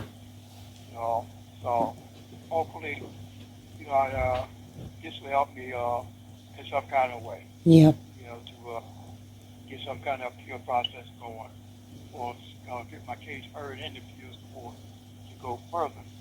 You know, because all I'm asking for is just an opportunity to go to the next court and present my case, you know, so I can try and get out of prison. You know, because I don't feel I belong in this prison after being robbed by the victim in the first place. You know, and defending my family. Yeah. You know, so I don't know what else to say. Much, Emma, for this, and I'll just go ahead and start. My name is Brian Dwight Peterson, and I'm in prison because of a tragic event that took place on October 21st in 2012 in Kalamazoo, Michigan. To sum up the story, I was living in a house with two female roommates, and one of my roommates was being attacked by her boyfriend. This was late at night, like at 2:30 in the morning, and I got involved to stop him from beating her up. When I did that, I hurt him, and I didn't mean to hurt him as much as I did. I hit him one time with this thing I had in my hand, but he did stop hurting the girl. I called the police. The police came. They took me away right away. When I was actually helping the police with the CPR for the guy because I realized how bad he was hurt, and they took me right away to the police station. And when I was at the police station, I was talking to a detective in Kalamazoo, Detective Goodell, and I was telling her that I have ADHD, meaning that I am neurodivergent, and at times certain questions and stuff will I won't be able to answer right away, and because of that, they didn't follow any protocols. But my point with all that is that I did everything I could to help the guy, and she told me that he died, and I was charged with open murder. I was sent into county jail, and while I was in the county jail, I wasn't allowed to send or receive any mail. During the time of my trial, under Judge Lightvolt, the jury asked why manslaughter wasn't part of the jury instruction, and still they made the jury decide between first degree or second degree murder, and they decided it was second degree murder, and they sent me to prison. Stuff wasn't said, that the truth wasn't ever spoken. I was told by my attorney not to take the stand, and I did not. But I wasn't going to take I did not, and I wanted to. However, again, that's what happened. I got put in prison, and when I came to prison, there was so much stuff that I learned about through the legal system that I just didn't know. Like, I didn't know I could have even pled defense of others until I was in prison. I tried to appeal over and over again and kept getting shot down. Kept saying trial strategy. Information came to me that my attorney was hired by the prosecution's star witness mother to represent the prosecution's star witness, not me. But yet, that's why my attorney said that there was no attorney-client confidentiality in my case. So all this being said, that there's problems in our judicial system. And I think sometimes when it comes to neurodivergent people, police, the judicial system itself doesn't know how to correctly respond to people like that. Don't know how to talk their language. And I just needed some time to gather my thoughts. That's it. And that's why I asked them to, because this thing happened so fast. The incident that put me in prison was 30 seconds. 30 seconds of me making a split decision to act on somebody assaulting somebody cost me and his family and so many others that are connected to me and them a lot. Since being in prison, though, I've noticed that, like there's so many things, like the judicial system is just, it's the way it's set up is against you. And pardon me for speaking, sounding the way I sound, because I do have, at times, my mind will go too fast and I'll slur my words. And it's not that I'm drunk or anything, it's just the way I speak. When I was younger, I had to take speech impediment classes. But through those hurdles, I stood close to my faith. only thing that kept me afloat. And through prison, my first year in prison, I was assaulted and had 5 fractures in my face. God protected me with that. Throughout prison, I was able to get into different positions, like a chaplain's clerk at one point, food tech clerk, because I stayed out of trouble. I wasn't a nuisance, and I wasn't doing anything illegal. I was just trying to live. Much like what happened with the night of October 21st, I was just trying to live. And I saw something, I tried to stop it. Since being in jail, and since being in prison, there's been things like the food, obviously the healthcare is horrible. I've had something this past year, I've broken my ankle, and I had to walk on it for 2 months before they gave me an x-ray, simply because they weren't going to do it. And when they finally gave me the x-ray, they charged me every time I kited them, saying, look, there's something going on kiting me, and that I was sent something. If there's something going on with my foot, it really hurts. And it just took a long time where I had to kind of contact a ombudsman to get them to do anything. And there's many people that fall through that. Many people go through the same thing, especially those that are neurodivergent, like me. They don't treat ADHD here, but they just normally just give people drugs that make them go to sleep to shut them up, instead of getting to the root of the problem and seeing what it is. Another thing was that since being in prison also, I've seen a lot of the way they treat people's family. Like my mother, she had hip surgery, knee replacement surgery, and they constantly, when she tries to come visit, constantly will just be mean to her, basically, and pat downs. And I know it's a hard thing for people to come visit the family, but they intentionally sometimes make it hard for visitations to take place. My point with all this is saying that in the prison system, not only is there things that take place in the judicial system that we need to look at, because to be honest with you, I just didn't have money to fight. And I've talked to many people about this, and I've even been interviewed by a news reporter who flat out said, if I had money, I would not be in prison. A private detective talked to me and said that he could think of 12 counties right off of his head that I would never have even been sent to prison for this. Because I didn't have the money to fight, because of my economic status, I took advantage of that. Because of the fact that I have ADHD, the detective Goodell, Sheila Goodell, stated on trial, she made fun of the way I spoke and she never mentioned that, oh, this guy has ADHD. He said that over and over again, that he has ADHD, and yet she made fun of how I spoke about it. He said, and stuttered over his words to make it sound like I was lying. And that's the thing where when it comes to these systems that are in place, things can happen to anyone. 30 seconds changed my life. 30 seconds can change anyone's life.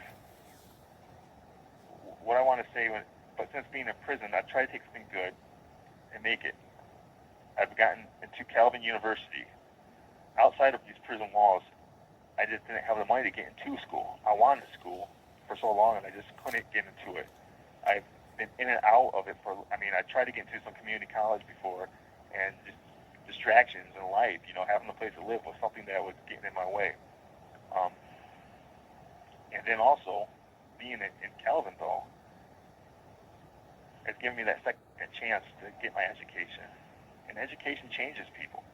There's so much that I've learned within this year of being in Calvin that I have been just excited and sharing with my mom or sharing with my niece the things that I didn't know, but it's kind of like the puzzles fit now.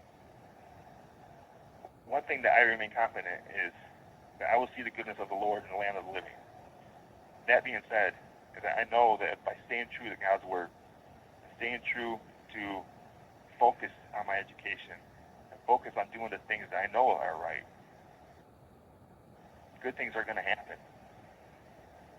I don't believe that the judicial system is completely broken, but I believe it has its cracks. And I'm just hoping that people can fix those cracks and treat people with humanity in prison.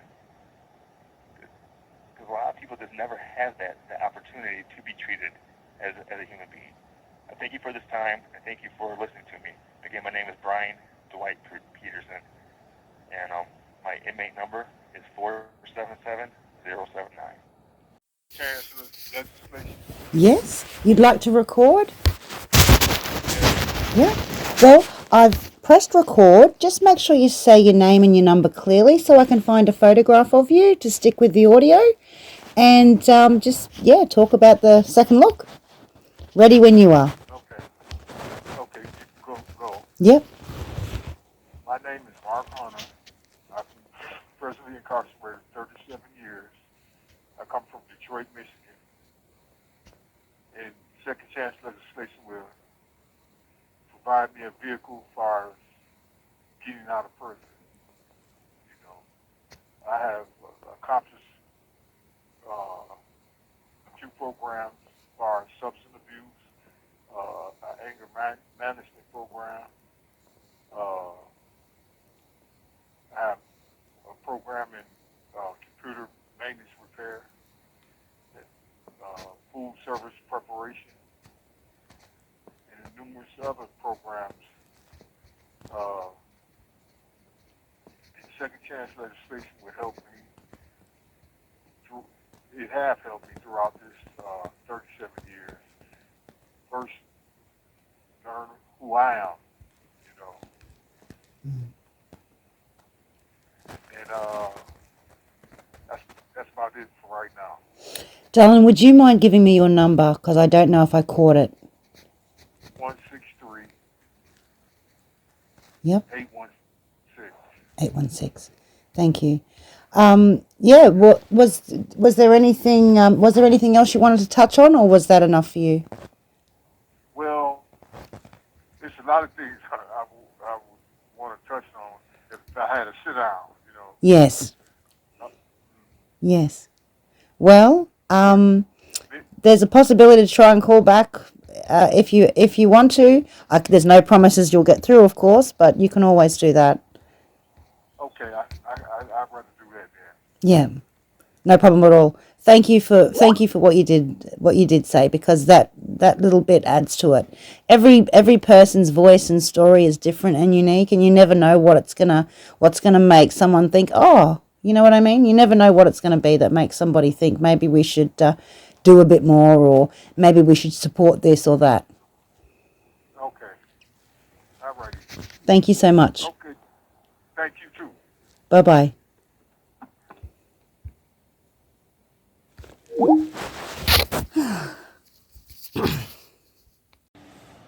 Okay. My name is Kenyon Clinton, inmate number 364567. I'm currently housed at Muskegon Correctional Facility. I've been locked up for over 22 years for a crime that I did not commit. Case number, People versus Clinton, 022881-FC from Macomb County. I'm a Detroit resident, and I was wrongfully convicted. I just had an expert witness identification, expert Dr. Barger Bull-Cavera, and I passed the polygraph showing I didn't commit the crime and was still recently denied justice in the Macomb County Circuit Court. Currently, my case is being looked at in the Court of Appeals under People of the State of Michigan versus Kenyon Clinton, case number 371180. I'm calling in to support the sentencing reform, the justice reform, the criminal justice reform system in the state of Michigan. The disparity times that they give people for sentences is double or triple to other states. We lock people up the youngest and hold them until they're the oldest. There is no incentive for being ticket-free in the state of Michigan. There's no incentive for good behavior in the state of Michigan because nothing happens when you have good behavior. You get no programs, you get no time cut, you get nothing off. They need to repeal truth in sentencing. They need to endorse Second Look Act, and they need to be fair and remove the parole board from seeing individuals because they are unfair when it comes to most people, because people like myself that are actually innocent, if I go in front of the parole board and tell them I'm actually innocent, I won't get any justice, I won't get any action because they want me to take responsibility for a crime that I did not commit. And I just want to thank everybody that's showing up and supporting this bill. And I just ask the legislators to really look at it because the mass incarceration is doing nothing but overpopulating the prison system. It's turned the prison system into mental hospitals. where they have everybody on all of these drugs and doped up, and you have a bunch of elderly people in here waiting to die that's being billed by the millions and millions and billions by medical staff that's giving them inadequate health treatment. They're medically frail, they're not threats to society, and I don't want to become one of them. So I just want to encourage people to get out there and vote and make their vote count, and don't fall for the political tricks that all of these candidates have to get your vote, talking about what they're going to do, and then when they get into office, they have their own agenda. So we want the bill signed now. We want the government to act now, and we want these doors open, because you have a lot of young women, a lot of young men that can be capable, productive members in society if they ever get a chance to be released. How can we show that we've been rehabilitated or changed or anything if we're not given the opportunity to get back into society? So I just ask that we just push these bills and sign them. Enough talking, enough marching. Let's do some action. People are dying in here, and nobody cares. The healthcare system sucks. The food sucks. The living conditions sucks. Hot water don't work. Black mold in the shower. It's horrible. It's horrible. And I just ask that somebody just hear my cry and do something about it. Thank you. I just want to say thank you to all the organizations, the Criminal Justice Reform Legislation Coalition, Justice Denied, National Organization of Exonerees, Life After Justice, anybody that's out there that's doing real work, Humanity for Prisoners, the Michigan Innocence Projects, Matanka Law Group, Jared Adams, Ramon Ward, Larry Darnell Smith, Kenneth Nixon, Paul Clark, Daryl Woods, Bernard Howard, Seeger Zeal, Lucino, all of these people, Claudia Whitman, Danny Burton. I can't go on and on. If I have to forget somebody, forgive me, but there's just so many people and advocates that needs to be heard. I encourage you, if you have any questions about my case or want to support my case, I'm asking that you rally on individual cases, show up in individual courtrooms. Oh, I want to give a special acknowledgement to Darrell Ewing, Rashard Darrell Ewing, Thelonious Sturshey, all of those people that's really making a difference in the neighborhoods. And I'm asking the athletes, the rappers, the entrepreneurs, we don't need your dollars. We need your time. We need your popularity. We need your influence.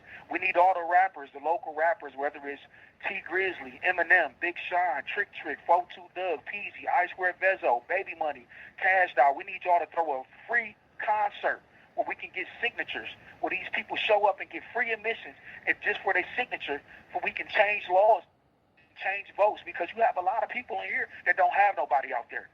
And I'm just asking y'all to really make a difference and really make a change and really be the voice and the message that y'all are here to bring, because you guys have a gift, you have a talent. I ask that the clergymen come out, from the Christian, the Jews, the Muslims, Moorish Americans, Nation of Islam, Sunni Muslims, Melanics, everybody. It's a collective effort that needs to happen in order for this to take effect. And it just takes more than just us in here calling. And I thank Emma for having the line open so we can call. And I'm asking people to be serious, to take full advantage of the calls, because my family been riding with me for 22 years plus, and it ain't been easy. It ain't been easy. I'm encouraging people to show up, have posters, have signs, have shirts supporting your family members, and don't be afraid to speak out and tell their story. I ask that they could play this recording the whole rally. You know, some of the names that I'm known to go by is Cheddar Boy Tay. I have albums out that I've done from here under Black Bottom Tay. One of the albums is called Secure Pack. The other one's called Feast or Famine. The other album is called Kingmaker. And it's talking about the same things I'm talking about right now. The oppression, the justice reform, you know. And at the end of the day, I just ask that, you know, we just be heard. We just be heard. It's so hard. You can still record all of this. You can still play this. Do you understand how many fathers and mothers are in prison? They closing the schools and opening up the prisons. Yeah. How do we have a future in the state of Michigan? They closing the schools and opening up the prisons. They closing schools in Detroit and Grand Rapids and Flint and Pontiac, to where all they thinking about is industrial jobs. Well, ain't nobody going to be educated to get the jobs, because the kids are going to go to prison because they don't have an education. They're strung out on drugs. They don't have no father figures because all the fathers are in prison. It's now so bad that the mothers have took off the skirts and the stilettos and have put on combat boots and fatigues. They're in the field. And the woman is only built to endure so much. But she has to in this modern day and age because the man, I should say, is extinct in all of society, in all parts and walks of life. And so we have to get these men back into society so they can be there to protect their women, to teach their kids, to protect their household, and be productive members of society. Now, I'm not saying that this is for everybody, that everybody is going to be, a change and reformed person, but out of 100% of the population in the state of Michigan, in the male prison, at least 70% of these guys have been in prison. 100 of them wish they never did the crime they did to get here. Let me say that. If they could take it back, trust me, they wouldn't do it. But and 70 of them really learn their lesson and say, hey, I really want to be a part of a productive member of society and change some things. A friend of mine just died. His name was Beast Harris. He just died Tuesday. He had 52 years in the Michigan Department of Corrections. He died at Muskegon Correctional Facility. Down the hall from me. 52 flat straight calendar years in. It's another friend of mine, Daryl Leatherwood Bay. 52 calendar years in. Came in when he was 19 years old as a juvenile. You can't tell me. You have 1 minute remaining. You can't tell me guys like that haven't changed. He's not the same person he was. They holding up trying to resentence juvenile lifers. They need to raise the age up to that to 25. They need to change the longer determined sentences. You give a guy 60 years to 100 years. He's not going to live 60 years in prison considering how they feed you in here, the living conditions in here. That's a death sentence. That's what Michigan has. Michigan has a practical death sentence without putting you in a chair. And it's sad. And it's hurting our future. It's hurting our kids. It's hurting our society. It's killing us. And I just ask that the legislature step up as if we was somebody related to you. Step up and do it as if you was you on the other end of this situation. Step up and do something. We all make mistakes. But give us a chance to change. All right, thank you.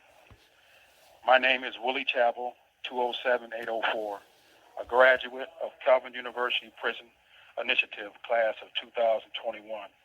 As part of my calling, I am currently working as a teacher's assistant / tutor for Hope Western College Education Prison Program. Among many tasks that are assigned to me as a teacher's assistant, I also engage in mentoring incarcerated individuals to strive for higher education within the prison environment, because I know from experience how education can be an effective tool for transformation. There is a need for prison reform for those incarcerated individuals like myself. However, I believe educating the person is one part of prison reform, where a person can be transformed as an agent of change through education. Education was a vehicle that helped me learn critical thinking skills, develop strong cognitive skills, which instilled the ability to uproot criminal behavior, understand emotional injury, fear-driven behaviors, past traumatic wounds, and self-gratification to a person of civility. Education has helped me value and empathize with others, see the humanity and worth in others, see serving and hospitality toward others to fulfill my vocation inside and outside prison walls. Now, the call for prison reform not only helps to reform prisoners, but reverse tax-paying dollars to meaningful purposes, restore communities, and help troubled youth. The punishment of lock them up and throw away the key has dominated our policy decision for years that have affected large portions of incarcerated individuals, families, and free citizens. This punitive action and ideology have not helped deter crime or fix the criminal problems, only perpetuate the crisis. Studies have shown Michigan spends $2 billion on corrections, the number one state for the percentage of correction budget.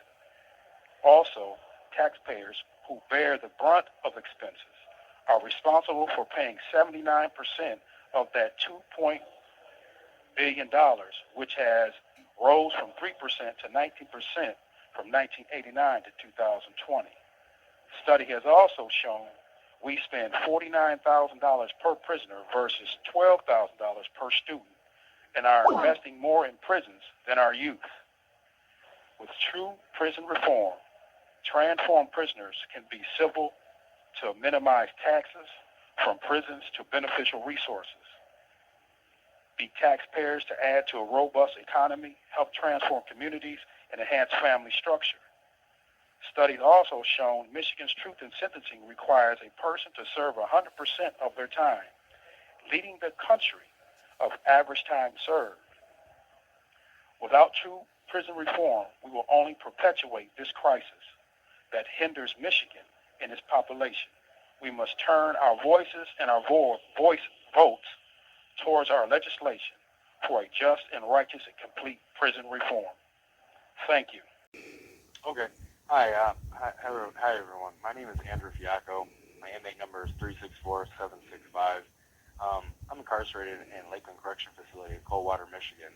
And honestly, what I'd like to talk to you about is criminal justice reform and how important it is, not only just to society and the community as a whole, but to individual prisoners who are seeking a second chance. A lot of people, who commit crimes come to prison with, long sentences, short sentences, far and few in between, and kind of we're forgotten about, and while we're sorry for committing our crimes against society and against families and the community as a whole, not all of us are a lost cause, because a lot of us actually do feel bad. A lot of us do want to do better and want to be a better person. And we all know that actual change has to start from within. And there are a lot of us within these walls that have changed who we are and have become a greater and better person. And we live each day striving to be even better than the last day, And second chances for individuals in prison who actually want to be a better person it's not the end of the world, because with all things in life, you got to take the good with the bad, and you got to take the bad with the good, and you can't be afraid of taking chances or giving chances to those who actually deserve it. And I liken this to like the example that if you look at an old house, and don't take this literally, but take this in like a figurative way. If you look at an old house in a rundown area, at one time that house was prosperous. That house gave to the community. It has memories. It has a life of its own. But now it's been years and it's become dilapidated. Nobody wants to live there, and nobody wants to give it a second chance. But if you would just take the time and see the potential in that house and invest a little bit into it, you would see how much it has to offer the community. And it's like that with prisoners. There are people in here who really do deserve a second chance, who really, if given the opportunity, could show the community and even the world potentially just how much good they can offer it. And it's like that, and you want to keep that in mind, because there are a lot of us like that in here who are just aching for another chance to show the world how much good we can really do. And that's why it's so important to give second chances. And not only that, but for the economy, speaking about the economy, is that unemployment. There are so many of us in here that are just dying for jobs. We want to work, we want to do things, we want to give back to our communities, we want to undo the bad that we've done. We want to, speak out against the mental health crisis going on in America, the gun violence, the bullying. I mean, who better to speak on those things than a lot of us who have committed those things, or who were bullies at one time, who have changed their ways. There's just so many people in here who they're no longer who they once were. For what they stand for and believe in, and just it's so much good. It's so much good that there are a lot of people in here actually believe in, and it's just a second chance. It's all it takes. I'm writing this letter to ask you to consider the second look legislation. My name is Tim Schewel. In the year 2003, I murdered my wife's living boyfriend. I was a very selfish and insecure person. I could not handle loss, even though I was the one who caused the one who loved me to leave me. My last attempt of control was the senseless murder of Eugene. I had no compassion, no sense of how much hurt I was about to cause to so many people. Today I live with the pain. When I went to the county jail, I received a letter from a little girl. This letter was not signed. She talked about the pain and loss, and she told me who it was that had taken from her and how much Eugene meant to her. This little girl made me think of what I had done. I felt her pain and loss. I also felt the pain and loss of everyone else in her family and mine. I hit my knees and I prayed, and and I asked God to change me. From that moment on, I made God the master of my life. I no longer think the way I used to, nor do I act the way I once did. Today, I care about others and know how valuable life and families are. Throughout my time in prison, I've been working on myself and becoming a better person. I started taking AA seriously and made it a part of my life. I took every opportunity and educated myself. Every self-help class I could get, I took. I got into mental health to help me figure out why I am the way I am. I became involved in church as a service worker. Today I'm a different person. The old me is no longer. Thank God. There are many people in Michigan prison systems who have not worked on self. The second look legislation is not for them. Those will be weeded out. The second look is a way to be sure the right people have a second chance. Those of us who worked very hard throughout the years of incarceration to change into persons who have compassion for others, who realize the wrongs of their past and have the desire to pay back those communities, those wrongs. Those of us who can be an asset to their communities, good men. We are needed in the communities. People need to hear our stories of how we transformed our lives. I'm asking those of you in the Michigan House of Representatives to take a look at the second look legislation. Remember, this bill is not a get out of free jail card. Although many people will be looked at through this legislation, only prisoners who have earned a second look will benefit from this legislation. If people have not worked on self and are the same people who committed the crimes which put them here, those will not benefit. The second look is a look at who we once were and who we are today. Thank you very much. Hi, my name is Charlotte Wyatt. I'm from Women's Huron Valley Correctional Facility. I did 16 and a half years in prison. I got sentenced to 25 to 50, which is second-degree murder. The second chance means to me, it means to basically get out, start over, have a new life, be with your family, and just do what's right. So this time you don't end back up in the criminal justice system. Everything possible to avoid from coming to prison again. And my experience here was tough, but I got through it with the strength of Jesus Christ. I got through it, and I'm just recording this message because I don't want nobody else to end up in my shoes how I was when I first came to prison. Yes. Basically, like, just put God first, keep God first, pray, and just hang around positive people and do positive things. Your time go by quick. Yeah. My name is Andrew Blount, number 255961. I have a story to tell about why criminal justice reform should be done.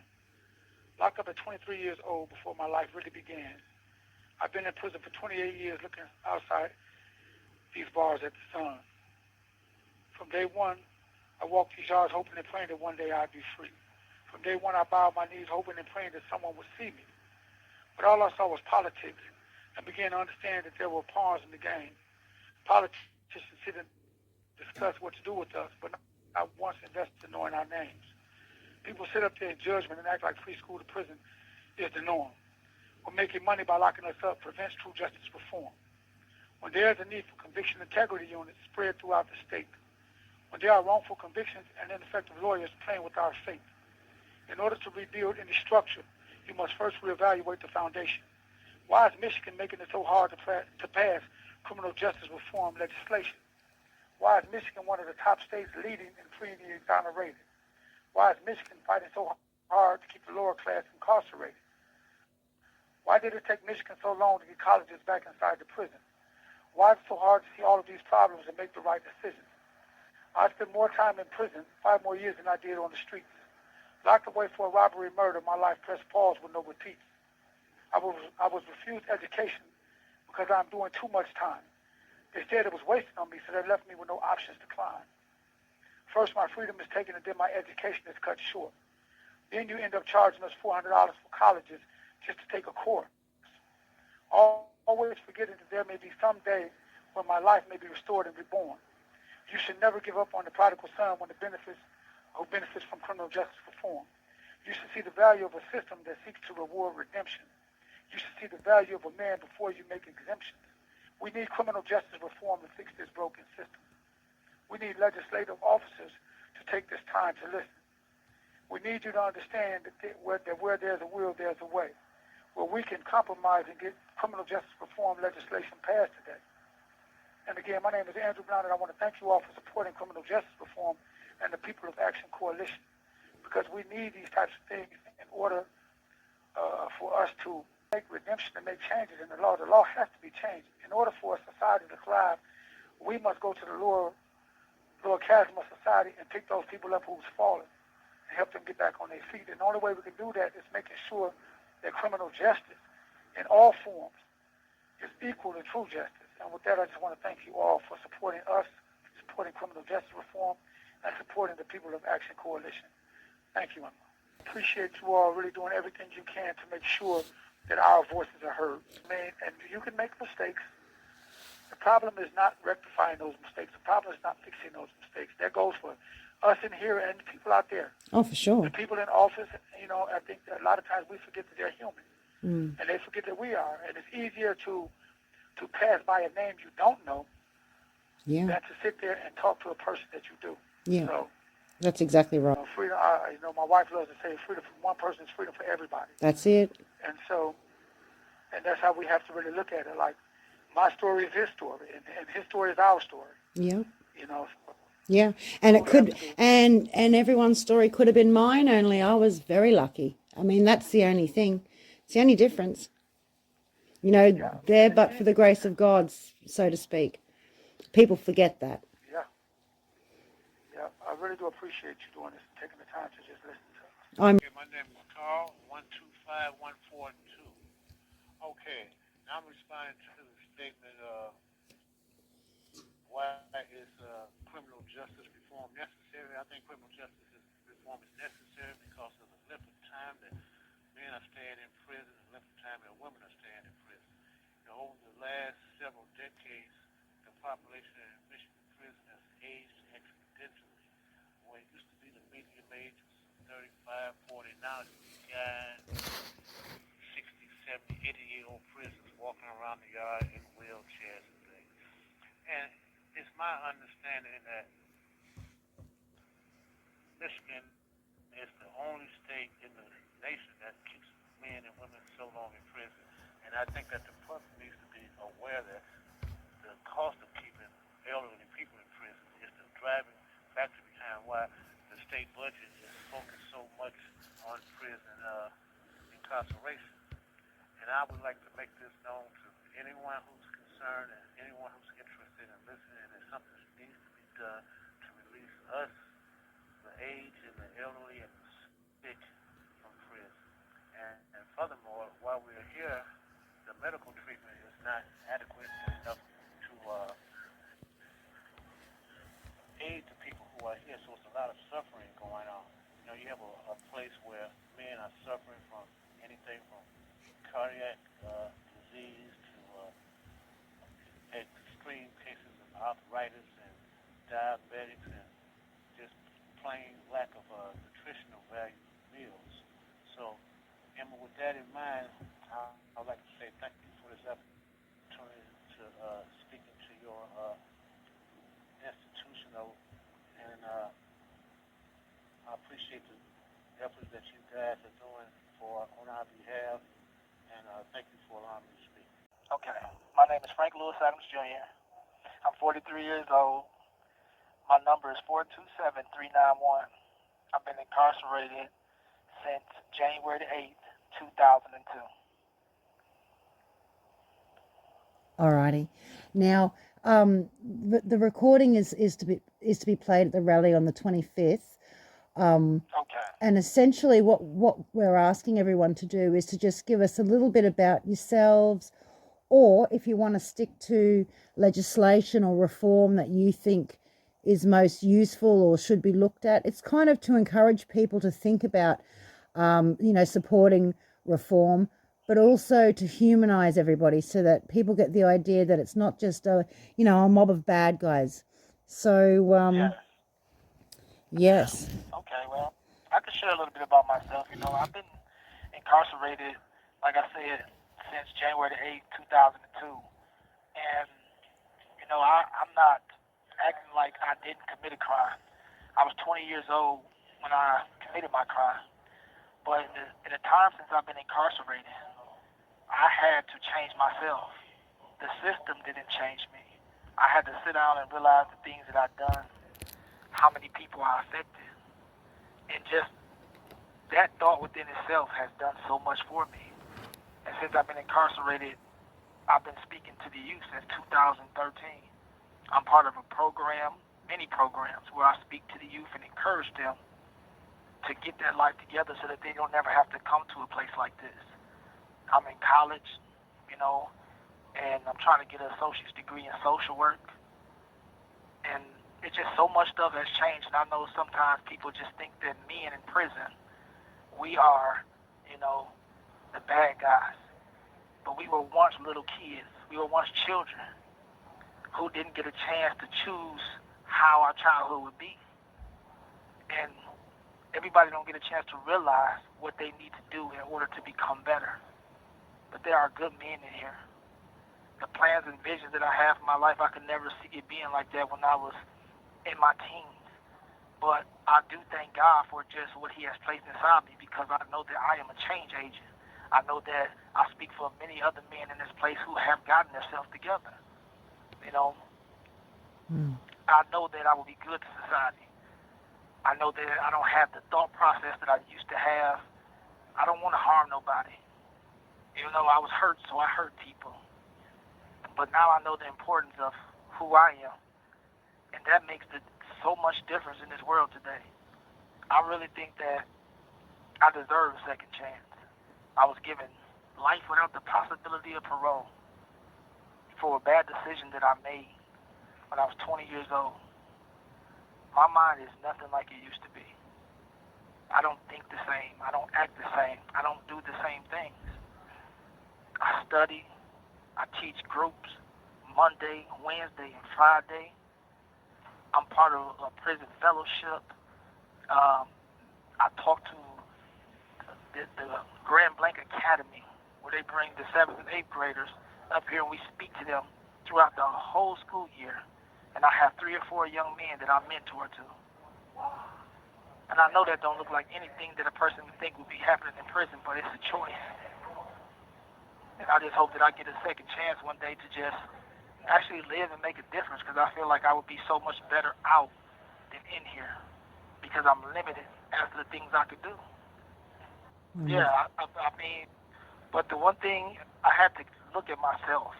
And when you're sitting down in here for this time and you really just think about the things you've done and the people that you have affected, if you care, it hurts. But it's like, instead of allowing that hurt to just make me sink into a lower place, I've allowed that hurt to just be my motivation. I never want to put nobody or myself in this position ever again. Yeah, absolutely. I mean, and being in here, feeling it every day. You have people who make you feel like that every single day in this place. And you have to constantly just, it's almost like being found guilty every day, over and over again. You know the decisions you made in your life and the bad choices that you made, but somebody always constantly trying to remind you of that. These offers are the things, they don't help us change. We have to want change for ourselves. Nobody gave me a book. Nobody sat down and said, hey, work on yourself. I had to do these things for myself. I had to become self-aware of my behaviors, and I'm still, even to this day, I pay attention to every single thing that has affected me, and I always say, where did that come from? And then what can I do to work on it? Because I know I have impacted so many people's lives in the past in a negative way, but I've impacted thousands of youth life for the good to this day, and I can say that with confidence and truth. Yes. Yeah, and I'm 100% in agreement with, when you will be able to tell when somebody has changed their life. They don't even have to tell you. Just be around them for a minute and you will be able to see. And a lot of times when they have programs or different things here and volunteers come in here and they see guys, a lot of them be shocked because all they go off of is what they see on TV.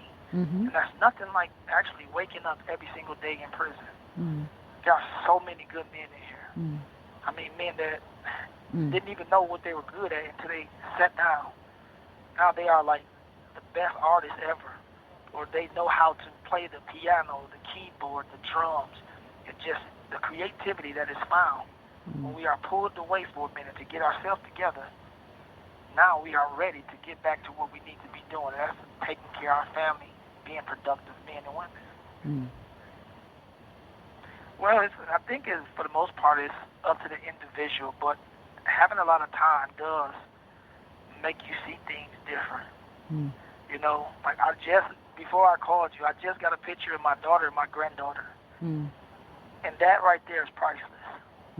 There's nothing in the streets that will make me ever want to leave there if I'm given the chance to have the opportunity to be there for them. But it had to be during this time. It made me realize that. And some people who have 2, 5 years, sometimes they just, I'm be out in this amount of time, so some of them don't take it as serious. But when everything been taken away from you because you took something away from somebody else, it's just like, man, that was a bad day. But that does not mean that's who I am. Yeah. Because I'm not that 20-year-old. I'm not him. Like, even at the age of 20, I couldn't see myself being the way that I am now. I thought that I would always stay the same. And live forever and all the rest of it. Yes, that's what we tend to think when we're young, that we can do anything. That, there are no consequences. Yeah. Good morning. My name is Andre Hunter, and I am currently incarcerated at Muskegon Correctional Facility. My inmate number is 761529, and I am 50 years old. I am calling in regards to the Second Look Sentencing Act, for I do have a natural life sentence. Just a little quick story about myself. I was born in the inner city of Detroit, Michigan. My father is a pastor, Reverend Robert E. Hunter. My mother is a retired school teacher, Vivian Annette Hunter. On the night of January 25th, 2009, I committed my horrible crime that brought me here to prison. I am seeking grace and mercy and the passing of the Second Look Sentencing Act to be able to have a second chance at society and at life. I was 35 years old when I came to prison. It was my very first offense. The first time that I ever entered into the county jail. I have never been a free man. I do recognize that the hurt that I have caused the family can never be repaid.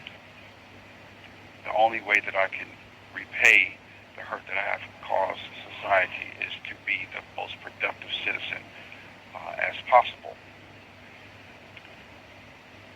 The Second Look Sentencing Act is an act that would allow my judge to take a second look at my sentence, and it will allow the judge to look at the accomplishments that I have made since I've been incarcerated since 2009.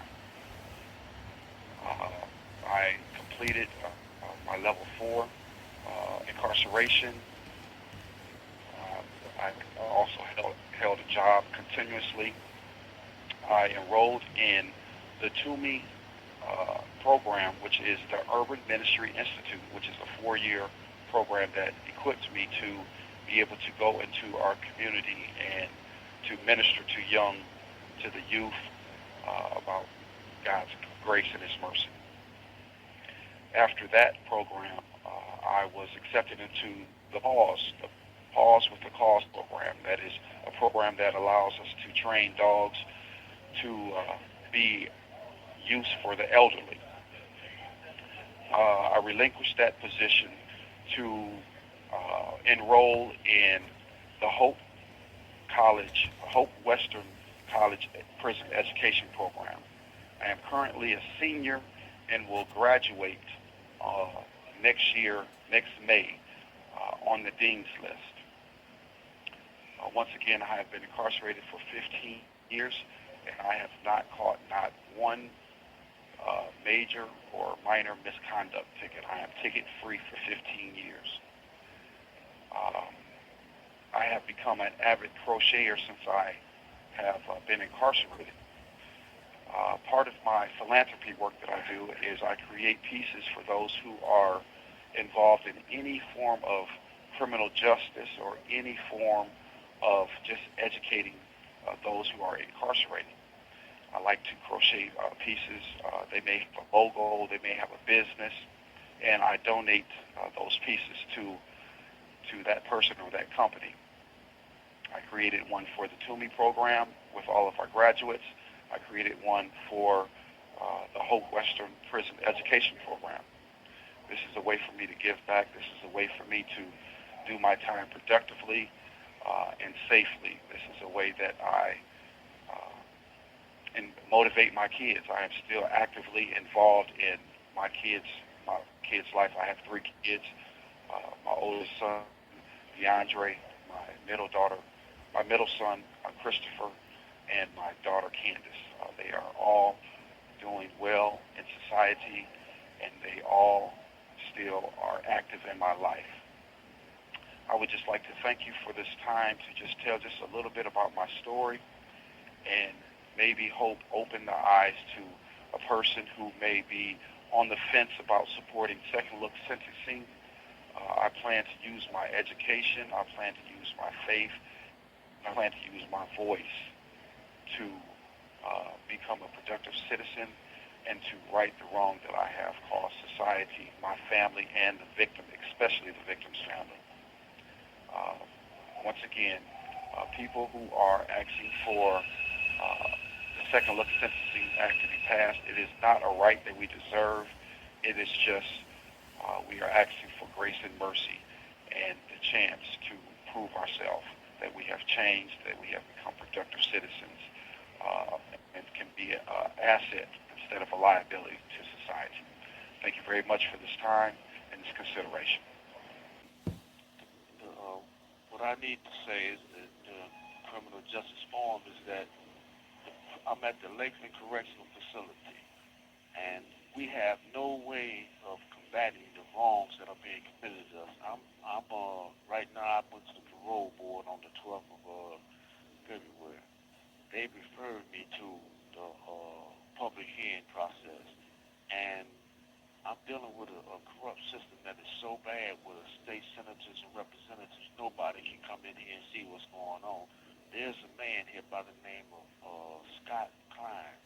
He falsely accused me of being involved with his wife at a correctional facility, Muskegon Correctional Facility in Muskegon, Michigan, back in 2000, which I know I'd never seen his wife. I was in the Marquette Branch prison at the time.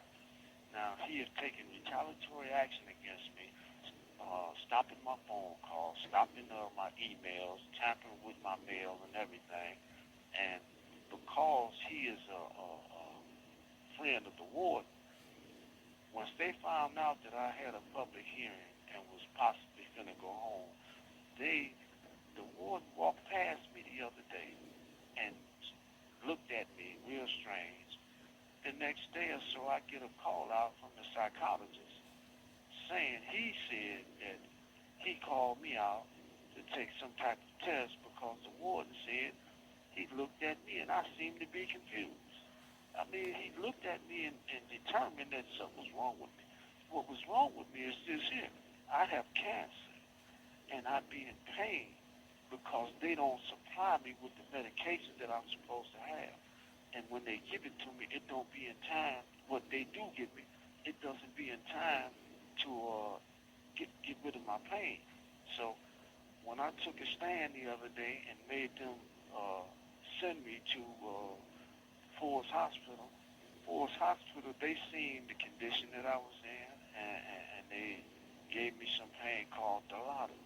It stopped my pain because I got it from the hip all the way down to my right foot, and they don't do nothing about it.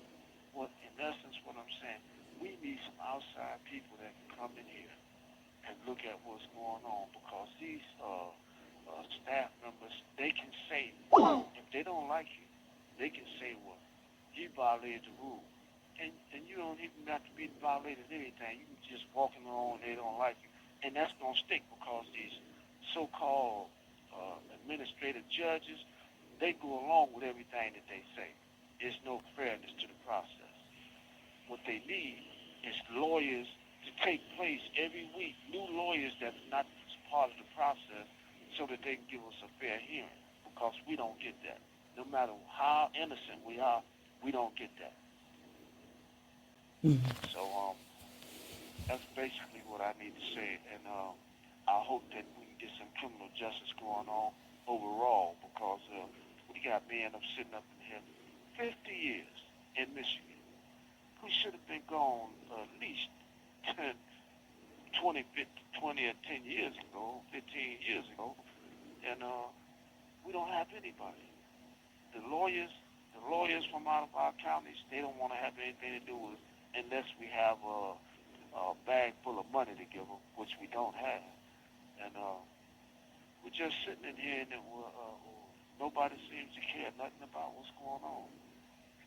So, Ms. Emma, I hope that I've kind of explained the situation that I'm dealing with, that we are dealing with, and that somebody can bring some relief to us and expose what's going on here, because this stuff is not right. Yeah, and I be in extreme pain. I got a cancer called lymphoma. Yeah. And at first my neck was swollen up. I didn't know what it was. When I first went to healthcare, they threw me in the hole. They put me in segregation because they said it might be COVID. They did a 15-minute test. The test came back negative. They still left me in the hole for almost 4 days. Yeah. And then when I get out, finally, when they took me to the hospital out society, they did a CAT scan and found out what I had.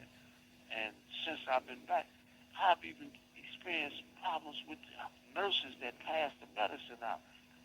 Sometimes when I go over there to get my medicine, they don't even give me the right medicine. I think they're using my medicine or selling my medicine, because I get a morphine-based medicine called Oxycontin. And like yesterday afternoon, I went to get it. It didn't even look like the pill that I get. And when I took it, I woke up this morning at 2 o'clock in pain. I've been up ever since. 2 o'clock this morning in pain. An inmate at the Michigan Department of Corrections, Muskegon Correctional Facility. If you feel you're being victimized or extorted by this prisoner, please contact GTL Customer Service at 855-466-2832. Accept this free call. This call is from a correctional facility and is subject to monitoring and recording. Three-way calls are strictly prohibited and a violation of MDOC policy.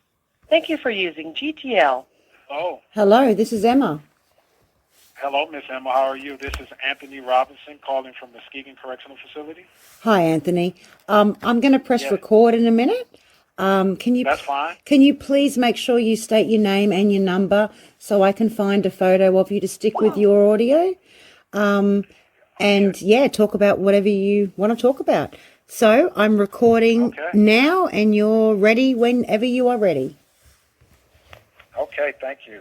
Again, this is Anthony Robinson calling from Muskegon Correctional Facility. My prison number is 280712.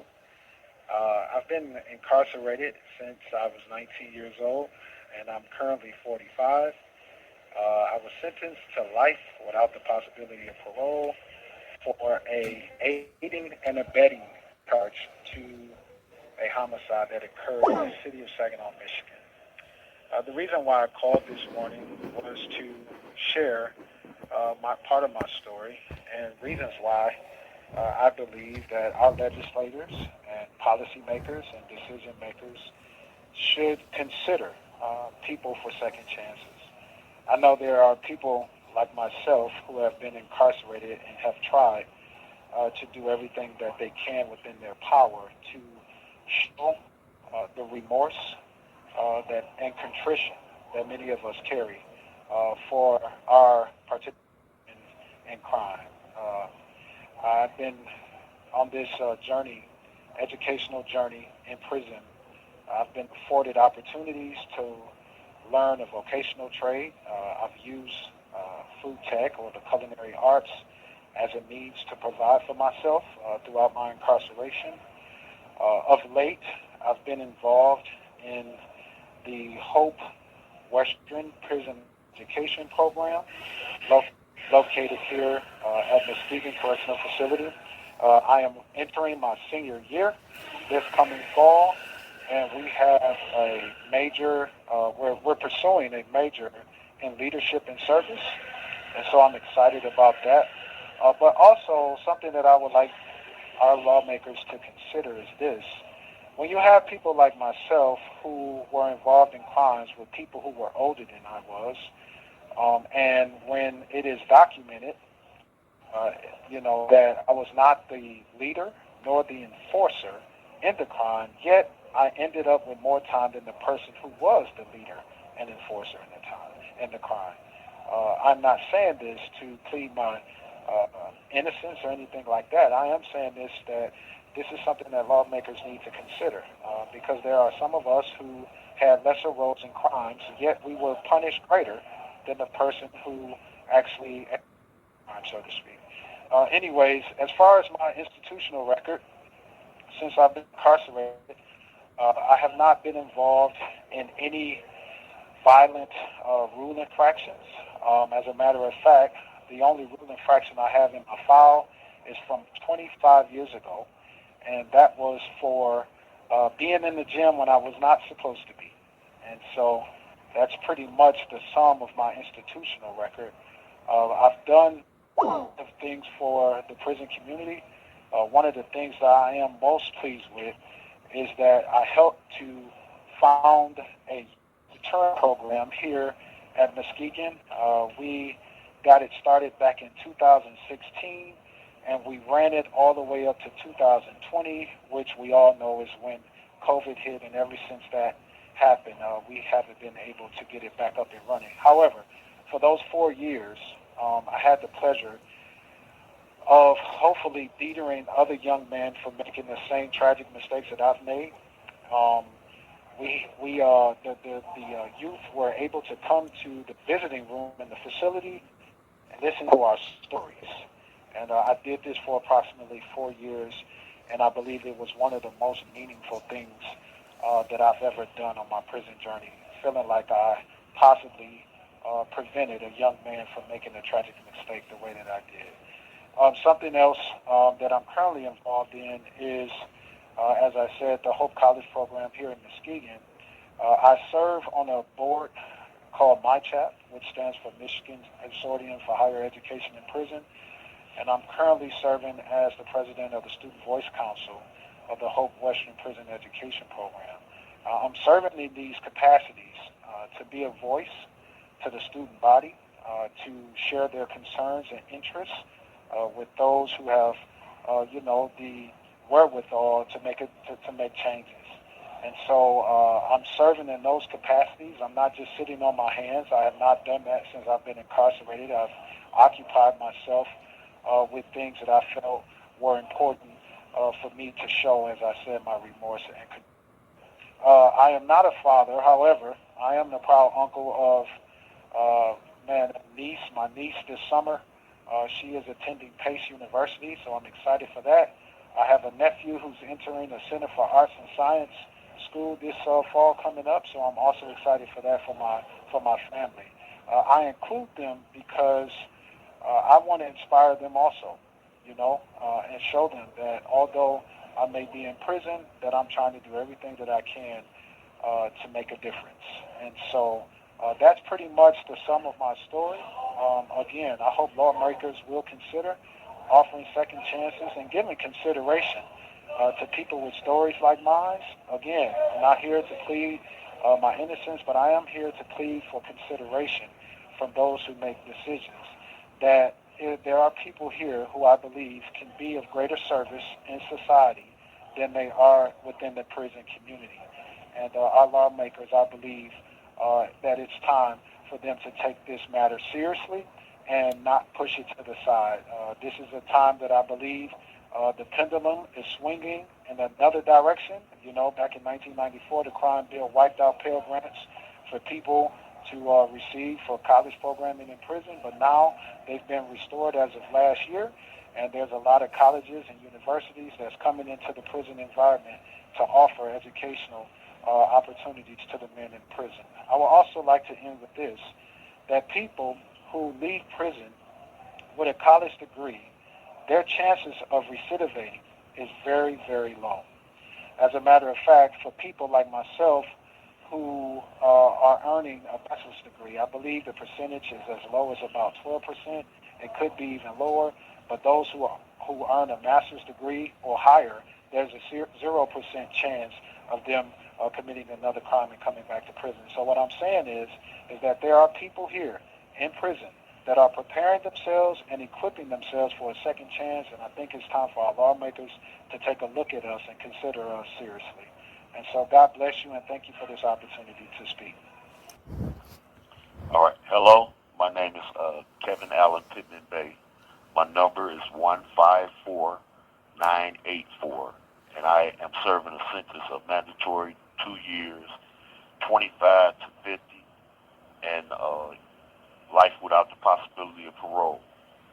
And I'm serving those sentences for possession of a firearm during the commission of a felony, assault with intent to commit great bodily harm, no less than murder, and first-degree murder, respectively. I have served 30 plus years on these sentences. How can a person in my position serving a death by incarceration sentence, life without parole, without the possibility of parole, and being procedurally barred from appeals, when the prison system is no longer allowing 5-year file reviews, and we didn't get meaningful file reviews in the beginning, and these are situations where we will receive a reprieve, a commutation, or pardon, and all of them are extremely rare, even though rare to be granted in Michigan. The current criminal justice system in Michigan is not only outdated, but reflects the draconian lock them up and throw away the key thinking in regards to reducing crime. The defense system in Michigan, trial courts for the underprivileged is a total mess, and appeal court system in Michigan rubber stamps the denied on over 80% of the cases that comes before them. That thinking led to the prison building experiment, which practically sent the state of Michigan into bankruptcy. To counter the effects of that failed prison building experiment, the state plunged into another harebrained experiment by subcontracting to shady companies many of the services that are vital to prisoners: prisoner health care, prisoner food service, and prisoner commissary. These companies being used often have histories of bad faith dealings and have or are involved in lawsuits because they sell less than grade A USDA approved meats and other items. They are cutting corners in business dealings, and we are being systematically exterminated through the process in which the state of Michigan is taking.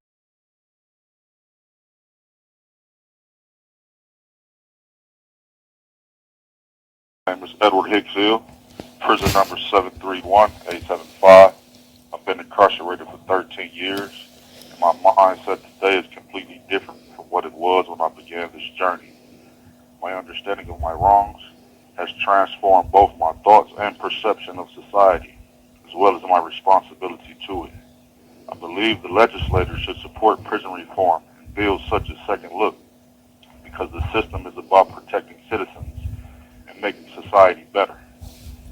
In such a pursuit, there is no greater advocate than the transformed mind.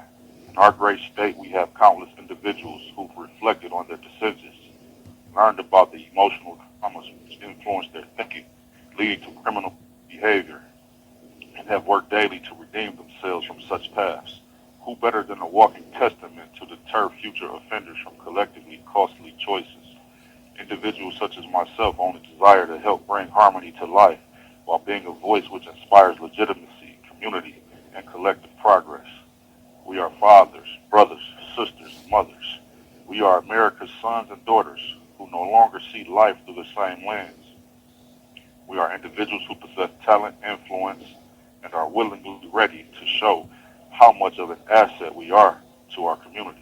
I'm speaking only of the men and women who demonstrate true growth, as redemption is and must be earned.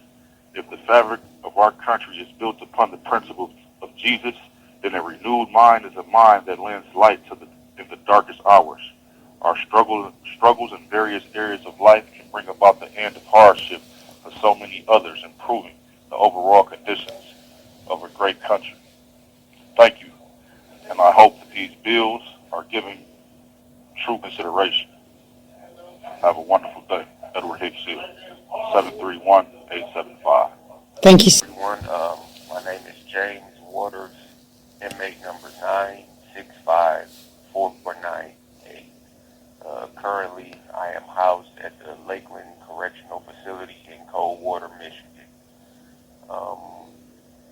In regards of prison reform or any type of good time or second look, I feel that between the high prison population, the lack of corrections officers on staff, as well as multiple prisons being closed down, something has to be done with regards of the inmate population. A good percentage of inmates have a sentence of at least 10 years, and generally classes that are available to help inmates or that are required that an inmate takes before release from prison are based on an inmate's ERD, better known as early release date. If the classes weren't given according to an inmate's ERD, but available for everyone to take to be able to lower their sentence minimums with each completion, along with disciplinary credits awarded for every 6 months, 2, misconduct-free, using that to bring down the sentence minimum.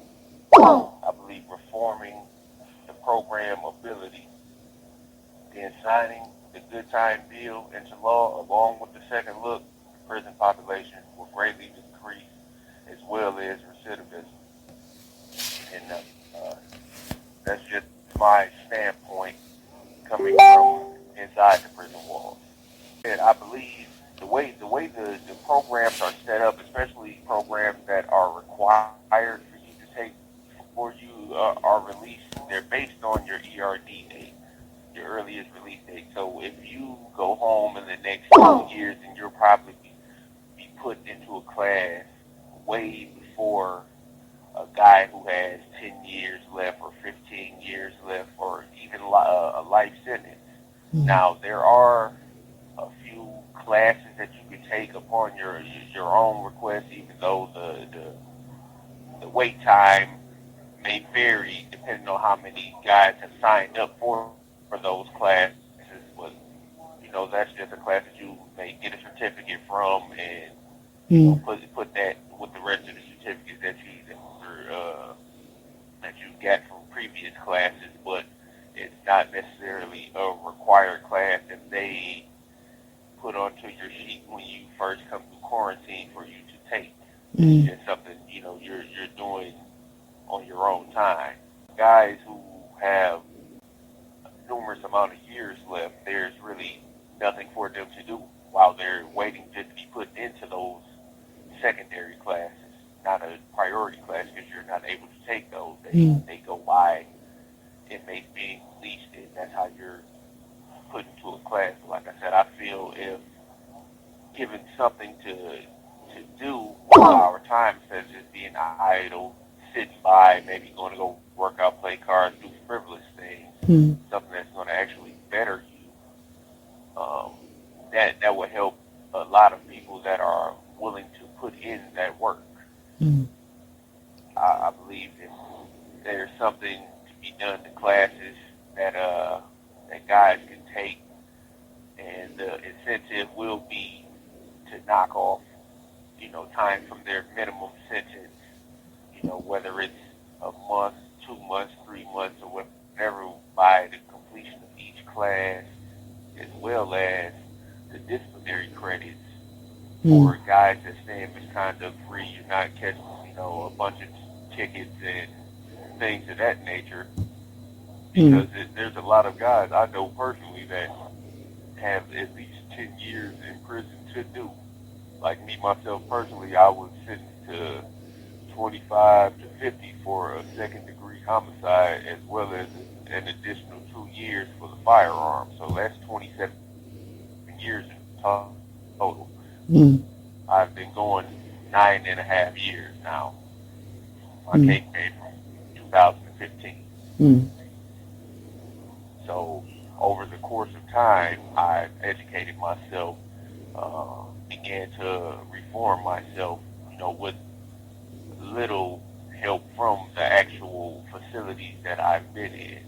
Don't get me wrong, they're not necessarily 100% bad or anything like that, but I believe guys should be forced, for lack of these classes, to help them, like if they're really truly seeking help. Yes. Because you just got a guy sitting on the bunk, like I said, or you find something to do with your idle time, be it working out, drawing, writing, reading, whatever the case may be, and that's what I've done, just to educate myself and reform myself into a better version of me than I was prior to becoming incarcerated. The saying goes, idle mind is the devil's playground. So when you have nothing to do, you begin to just meander about and end up finding something that's not, the best for you to do. Now, that's not always the scenario, but the percentage is high. So yeah, like I said, more programs and more things for a guy to do. My name is Marcus Henry McGill, inmate number 441025. Criminal justice reform is about humanization, and public safety. Correctional facilities are designed for rehabilitation. The state pays $48,000 a year to keep me incarcerated. I will never subject any person to victimization again. The damage I caused to my community and the victim's family is unforgettable. However, long indeterminate sentences, I have been incarcerated for 16 years, has proven to not deter crime. There are men in here who are down for a chance to reintegrate into society, get a job, help their communities, and become productive citizens overall. The Second Look bill will help bring prosperity to Michigan, give incentives to correct bad behavior, and release the men who are willing to roll up their sleeves and get to work. The downfall of disregarding criminal justice reform is the waste of talented men who have served time, changed their lives, and is looking for opportunity. The media typically paints the prisoner as a horrible person. The crime committed was senseless, yet one bad act does not sum up a person's character. We want an opportunity to prove that we are worthy for a second look. We are not asking for a release. We are asking for a review. We are labeled as criminals, cons, and inmates, but a lot of us do not display those characteristics. The decision we have made to commit the crime should not dehumanize a person less than. Again, criminal justice reform is about humanization and public safety. Hello, I'm Scott Lee Pickard. 225-789. I've been incarcerated for over 32 years for murder. I've done a lot of bad in my life, but I've matured a lot over the past few years or so. I believe people can change. I don't believe that anyone is owed a second chance, but I do believe that everyone should be given the opportunity to earn a second chance through their own positive conduct, demeanor, and growth. I've put my loved ones through enough pain and suffering. I've changed my ways and now approach all things with patience, compassion, empathy, and love. Me and my family support criminal justice reform and would like to see all those who have earned it a chance at being a productive citizen. We as Michiganders need to come together while leaving no one behind, no matter what they have done in their past. I appreciate this time and for the chance to speak my piece. Thank you. My name is John Ortiz Kehoe. I've been locked up for 28 years now, and I've been fighting a system that continues to suppress evidence. And people say that consistency is the hallmark of justice, but I believe transparency is the hallmark of justice. And what we have now is a system that refuses to release all of the evidence against individuals, when that evidence is actually the people's evidence. So we have the Freedom of Information Act, but we have prosecutors who don't abide by the Freedom of Information Act. And I believe that we need to push more legislation that will force these prosecutors to release that information, because you can't have true justice unless you have that transparency. And that's a fight I think that we the people need to push more to get our legislatures to push legislation that forces these prosecutors to release that information. And that's one of the biggest hurdles I find in our justice system as it's currently ran. Is there anything else that you want to say, or is there anything else that you think needs fixing? I mean, I'm sure there's more than one thing. So we have absolute immunity for prosecutors, so they can do whatever they want at will, and they're not held accountable for the crimes they commit. You know, if you convict a guy wrongfully convicted, you can't go after the prosecutor, even though the prosecutor is the main person responsible for withholding evidence and pursuing that prosecution. So we have absolute immunity that needs to be changed. And just basically the culture within the justice system of covering up what their predecessors have done. So if you have someone that's new in the prosecutor's office, they're basically going to cover for what happened in the past. And that shouldn't be the case. If they see wrongdoing in the past, they need to expose that also, because they may think that they're covering up a blemish of the past, but really they're just making it worse and showing that they're part of the corruption too. Yeah. One good prosecutor I could speak good of, and that was the former Ingham County prosecutor, Miss Simon, I think her name was. And she actually came forward and revealed that the prior prosecutor in Ingham County had destroyed exculpatory evidence in my case. And I applauded her for doing so. But she was few and far between, because the Calhoun County prosecutor, who's currently there, won't do the same. We need accountability. And we need the people who are in office now to stand up and say, look, there may have been discrepancies in the past, but we're going to show that we're working to correct those discrepancies that happen, and we'll be transparent about it. Yeah. Okay, my name is Hal Brian Stickney. My inmate number is 364874. I'm in Michigan prison system up in Carson City. There's a gentleman, his name is Rick Gilbert, Gellert.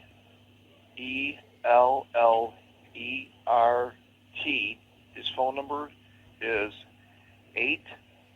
847-910-8367.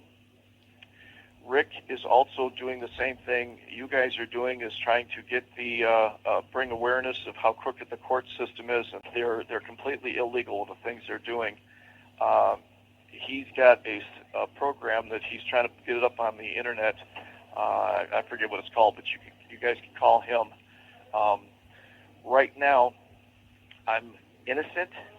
The judge knows I'm innocent. The prosecutor knows I'm innocent. The prosecutor's already been put behind bars. He was convicted. His name was Eric Smith. Their key witness is, I can't remember his name, Khan, something Khan. I kept calling him a con man. He is also behind bars. This was my whole thing was about a ditch, cleaning ditches. In Michigan, they've been violating people's rights, claiming that you don't have a right to do anything on your own property. And they created what's called the DEQ. The DEQ is Department of Environmental Quality. They are shirt-tailing under the EPA. They've been violating people's rights on what you can and cannot do on your own property for years. EPA has gotten sued over it, and so EPA told the Michigan DEQ to cease and desist. Michigan says, screw you, we're going to continue to do this, even though they have no lawful reason that they can do it. They continue to do it. So EPA turned around and sued them and told Governor Snyder that they were going to come after him. And what they ended up doing was Snyder went to Lansing and had the laws removed from the books. Over 90% of the DEQ laws were removed. And that was before the Flint water crisis. So these guys have been pulling this crap after that. In that 2009, the DEQ, the laws were repealed. In 2014, in 2010, I bought a piece of property that was underwater. The whole neighborhood was underwater. And because of that, the property values were nothing. Our properties were worth nothing because we have septic tanks and drain fields, and our septic tanks and drain fields didn't work.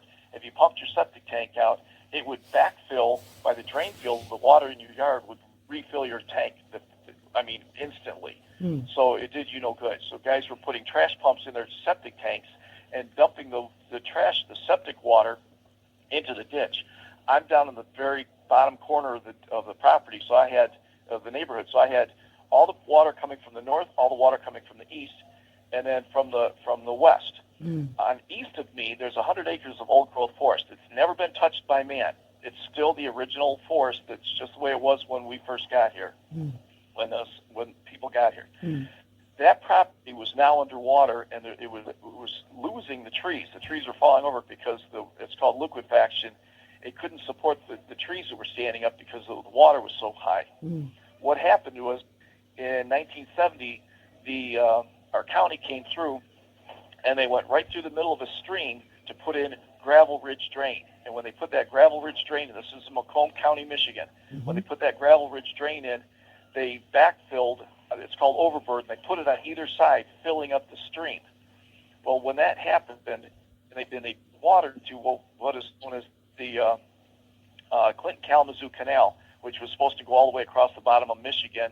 It only made it to Rochester, Michigan, just like the Erie Canal. It was a handmade canal. That canal is still there. It's behind my house about 500 feet. And what they did is the stream that was flowing next to it, they just filled it in. So on the one side, it filled in immediately. On the other side, on my side, it took years to fill in because of the trees. So every time it rained, the rain would lift up the sediment and it would deposit into the stream because the stream isn't flowing. And like a toilet where you're not flushing it. So it didn't take long before it was filled in. That being said, I came along, I read the laws, I knew that they were repealed. I started fixing stuff and making things right. We had a flood. I told them to all show up there. The DEQ, everybody, they all showed up there. No, DEQ didn't. Everybody but DEQ. Our township, Shelby Township. We had the Drain Commission, the Road Commission from Macomb County. They brought the lawyers. I showed them what was going on. They're arguing who's supposed to be fixing these ditches, who's supposed to be cleaning them, blah, blah, blah. And they had, instead of fixing the water problem, what they did is they raised the roads up about 10 years prior to that. They raised the roads up 2 feet. So now all the water in your road was going into your driveway, going into your drain field, going into your property, going into your crawl space. That was their idea of a fix. And they put the catch basins in 2 feet above the road level. Well, how's the water supposed to jump up into that? I mean, here's a catch basin at the end of, a drainage ditch. It's inches lower than the catch basin. And there's photographs of all this. So when they were talking about who's supposed to do it, I said, you guys see I got a backhoe sitting right on my property. So when they said, okay, well, then you go ahead and do that. We'll give you permission to do that. So I called my buddy and got an excavator, not the back. I didn't use my backhoe. I used an excavator. This is a 230 Cat, which is one of the biggest excavators you can have. It goes down the road. It's hanging off on either side, oversized load, blah, blah, blah. I brought that in. I cleaned a mile's worth of ditches out. Stopped the I mean, literally, and it wasn't cleaning a mile's worth. I had to actually install ditches. I had to open up the plug down at the end, and I had to redo the stream and clean the stream out. I had to go into the Clinton-Kalamazoo Canal. I drove into that and cleaned it all out. Because right below the surface, about 2 feet, 3 feet down, there's a layer of sandstone, so none of the water would permeate through the ground. They used the wrong calculation. This is what the township did, or the county did. They brought back calculation. They called it farm fields. It's not farm fields. They never did soil borings. They never did what do they call it? They never did the engineering that's required. You got to do soil borings. You got to do a topographical survey so you know what the rate of flow is. They didn't do any of this. They didn't declare water districts so they could determine what the rate of flow was in that area. And then what they ended up doing is what they were trying to do is create a special assessment district and charge each one of us, each property owner, $35,000 to come in there and do the work that I did for free. That's what they were trying to do in our township. When they put that Clinton-Kalamazoo, or when they put that Gravel Ridge drain in, it drained north of 23 Mile, a new subdivision back in 1970. And they ran that drain, which is 5 feet wide, 5 feet high by 7 feet wide culvert that they ran through the middle of our sub. And then they wanted us to pay for it. And I wasn't around back then, but the people that are all built their houses back then, they said, no, we're not paying for that. You just drained the property north of us. You used our property to do it. So instead of giving holes, catch basins to go into that drain, they only put 4 taps in, 4 16-inch taps. That was it for the entire subdivision. So in other words, it was undersized. And they did it up. You have 1 minute remaining. All that being said, am I allowed to call back? Oh, I can't because I don't have a free phone call. Rick has got all the information that I just said. He's got it all. He's got 15, well, they got a whole bunch of tapes on it. Bottom line is this judge, Edward Savito, he knew I was coming after because they charged me with the crime of ditch digging when I didn't do anything illegal. The laws don't apply because the laws were repealed. That means he did not have subject matter jurisdiction. If you do not have subject matter jurisdiction, you do not have personal jurisdiction. I told the judge, I said, I'm coming after you. You're going to get sued. I called Gary Kanjar, a friend of mine who sues municipalities for a living. I've known Gary for 45 years. He said, there's no way you got a judge. I said, yes, these guys are so arrogant. His name is Edward Savito, Macomb County. And because of that, they put me in jail so I could not sue him for personal, cannot come after him personally because he is trying to claim judicial immunity. I don't have any money on my phone to do this, to make another phone call. All right.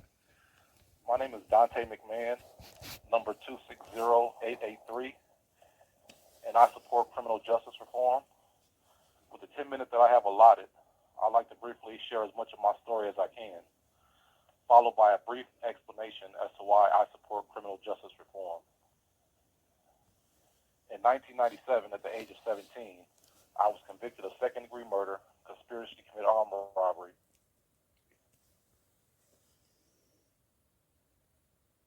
and 3 counts of felony firearm, and attempted escape. I was sentenced to a consecutive and long indeterminate sentence of 40 to 75 years and 8 to 15 years. Currently, I am not eligible for parole until serving my minimum sentence. In 1997, there were no Miller requirements for considering age or adolescent brain development. So in many juvenile cases of second-degree murder and non-homicide cases prior to the Miller ruling, as juveniles, we were not afforded such considerations of mitigating factors as sentencing. For the juveniles serving life without parole after the Miller decision, who have been resentenced, they are benefiting from the Miller factors at resentencing. On the other hand, juveniles with second-degree murder and non-homicide cases do not receive automatic resentencing because they are not serving life without parole sentences. We would argue we are serving a virtual life sentence based on the long indeterminate sentences that we have received. Essentially, we are serving longer sentences for lesser degrees of homicide and non-homicide cases. My second point, though recent efforts have failed to obtain enough signatures for the 2024 Good Time Ballot Initiative in our state, we commend legislatures for their support of the second chance bills. Our only concern is that safeguards be in place to prevent arbitrary and capricious decisions that would result in the second chance legislation not achieving its intended goal. Lastly, in regards to the productivity credits bill, we believe that everyone should be included to earn productivity credit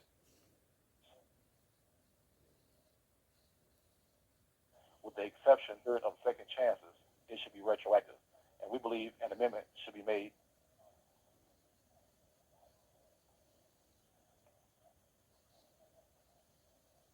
to the section that excludes anyone that has a high-risk assessment. Why?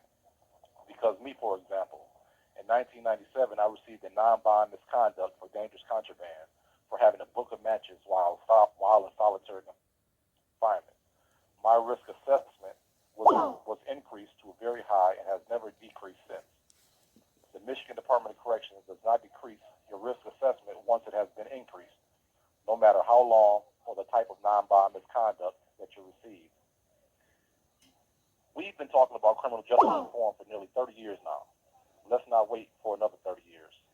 We believe that if lawmakers put these criminal justice reforms in place, it gives incarcerated men and women an incentive to be productive, to participate in self-help and academic programming that will transform them into educated and skilled humans that will flourish as returning citizens. On behalf of myself and everyone else, we thank you and we love you for your thoughts, sacrifices, and help. My name is Alan Rogers. Number is 140032. I've been incarcerated 46 years. I went through the programs and got a college degree.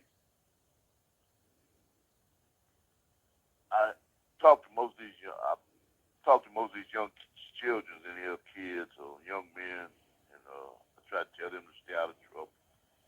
Mm-hmm. I had prostate cancer, high blood pressure, take about 7 pills a day. Mm-hmm. When I came in here, I was a street person, and I used to live in the streets, and that's what I idolize now. Either I had to be a prisoner or change my way, and I changed my way from being a prisoner to being a productive member in here, try to help people. And I'm paralegal, help them with legal work, help the young kids with their understanding family. Mm-hmm. I try to refrain from all folly and try not to lose hope. How old are you? I'm 72 years old. 72. So you've changed a great deal since you've been incarcerated. How much of a threat to society do you feel you might be at 72? Much of a threat? I wouldn't imagine so. No, ain't no threat. Be a plus. I talk to them because I don't have no kids because I was like 26 when I come in. Got 2 nieces and nephew. My nephew, my sister was a single. She was a school teacher in Detroit. She was a single parent, and her son, I almost kind of reared him from in here in the right direction. He got 5 party game trucks. He nice business now. My nieces, one is a nurse. The other one is she had all the schools in Ohio and under the eyeglass place. And my sister won school teacher of the year. I got a productive family. There's some nice support system. How important is the support system outside I would imagine it'd be very important, but maybe you could talk a bit about that. Yeah, yes, they comes up regular, send me money regular. Yeah. And I told you I had a nice hand in my nieces and nephews, all of them. I was blessed that they was able to come up back then, because now they changed the law, but all them, they in 50s and 40s now, all them come up and see me and I help. I was the male figure in their life and I always told them positive things. All of them went to college. Yeah. Yeah. And my sister are real close. 72. And good days, bad days. Oh no, I had prostate cancer. I'm on a, what they call it, it's a walker, like a roller. Yeah, I guess I do too. Yeah, I know I do. Well, maybe they might want to save some money and let you go home. Yeah, because I definitely ain't going to be in no trouble never again. No. Yeah, and I definitely talk to the youth in here. Yeah. I talk to the, what they call gang bangers, all of them, try to tell them the right things. Do they take what you have to say on board, or are some more resistant than others? Some do and some don't. I know when something happened to them, like their mothers die or something, they come over here at the end and holler at me again. Yeah. When they have real problems, they come talk. Yeah. Which would make you which would also, in a way, make you a very important figure in their life too. Yeah, I know. The guy just come to me recently, he said he had a sister in prison and he was in prison, and he said they just had enough money to send one of them home to the front. And I asked him, I said, oh, who's the closest one to your mother? He said, my sister. I said, well, let her go then. You know? Yeah, so. Yeah. Yeah, well, that's wise advice. I wonder if he appreciated it though. Yeah, he did, because he come over here. I said, man, it's raining. I said, I ain't coming out. He said, no, man. He said, it's real important, and it kind of puzzled me because I really don't be around him that much. He got all his good friends. I wonder why he came to me. I said, well, I guess they say, I guess you're an older guy, and he wanted some better advice than his little friends. Well, it's important too. I mean, with age is wisdom, and as much as young people like to imagine people, old, air quotes, old people don't know nothing, they know quite a lot. Yeah, he sure came ask me. And I tell him You tell them all. Well, I personally hope Second Look passes just for you, darling. My name is Jose Miguel Carrera, inmate number 672229, and I'd like to speak a little bit about criminal justice reform and the need for it here in the state of Michigan. I'm actually from Aurora, Illinois, and I've done time there, and I see the disparities and differences from a state that has good time versus a state that has no good time, and you do, mostly of your ERD, which is your earliest release date. So what I see here is when you come into the prison here in the Michigan Department of Corrections, it feels almost like you're hopeless, like there's nothing you can do. There's really nothing you can do to leave earlier than your given sentence. So you have a lot of time, and you come in here, and you sit here, they will lead you, the politicians will often lead you to believe that there are programs in here for people to change and do better and better themselves. There are no programs. In any prison, I've been to my fourth prison I've been to, from level 4 to level 2 to level 1. I'm level 1 now. There are no programs available for free to volunteer for and do out of your own will and decide to do. The only programs available are the ones that are called core programming, which you have to do to get your parole. So you have no choice in having to do those. Other than that, there are no programs. And the need for them, this is the problem, is when you have people, 1,200 people, when you have people just walking around with nothing to do, nothing good comes of that. Prison does not change people in and of itself for the better. When you're stuck in prison with nothing to do and just your own vices, get involved with vices and activities that you shouldn't be involved with, it leads to more problems. It doesn't help the community. It doesn't help the people change. Change comes when you help people change their behaviors. And with good time or or productivity credits will help people change their habits. And when people change their habits, those habits become behaviors. So you actually are constantly making decisions every day to stay out of trouble and to make better decisions. That follows you into the free world. When you're in here and you're not making no decisions, you're not having to change because there's nothing to do, and there's really no truly repercussions because you don't have no hope. You're not losing any good time. You don't have no hope to get out here earlier. So you just it's kind of stagnant. It's not. Again, like I said, prison in and of itself does not change people for the better. What changes people is when you have hope and you reward them in a sense to make better choices. Again, there's always a dispute of, we shouldn't be rewarding inmates or prisoners for doing what they should be doing anyway. That is a really, really a bad approach to incarceration, because when prisons are designed not only to punish, but prisons are supposed to help people change. And when you don't promote the change, the positive change of people, then you have the opposite effect. You have the negative change.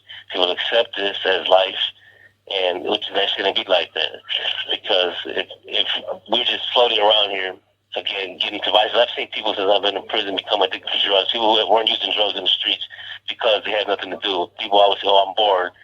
It's actually a quote that I've heard people say, I'm bored.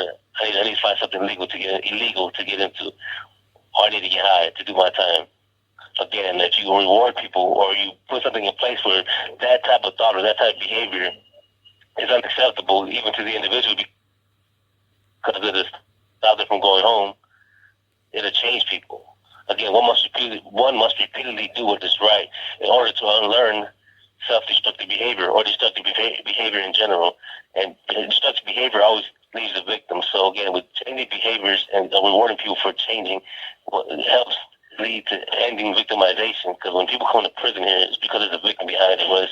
No matter what the crime is, whether it's selling drugs, robbing people, there's always a victim in these cases. And we seek to end that. It's not about us in prison. It's not about simply just reforming the system. Because the most important reform has to come from within the individual that is in the system. Because the system itself, it is what it is. We can change it and try to help to better it. But the system also has to work. Changing the system has to work with changing the individual inside the system. Because that person who will be released one day, hopefully, who has to re-enter society. And we cannot behave in society the way the Michigan Department of Corrections leads us to behave. Again, I'm not blaming it because we are adults. I'm not blaming the punishments for it, because if we do something wrong, yes, we deserve to be in prison. If we do something that breaks the law that merits a prison sentence, and I'm not against that. But what I am against is people coming to Michigan Department of Corrections and staying here for 125% of their time. You get to your ERD, your earliest release date, and you see a parole board, and they may say you got to stay another year. It's not something that is far-fetched. That happens more common than people would think. They say you don't come in here and you stay out of trouble and you'll see that date. Yes, that is true for the most part, but it's not always accurate. So what needs to be done is we need to take a new look and see what is wrong. What is being done wrong legislatively that we can help reduce recidivism. And again, I hear about recidivism rates in Michigan dropping. That's because people are staying in prison so long. I've been here with guys who've been here decades, since 16, 17 years old, and now pushing 40 years old for their first crime they ever committed, without a chance to ever get out earlier than that.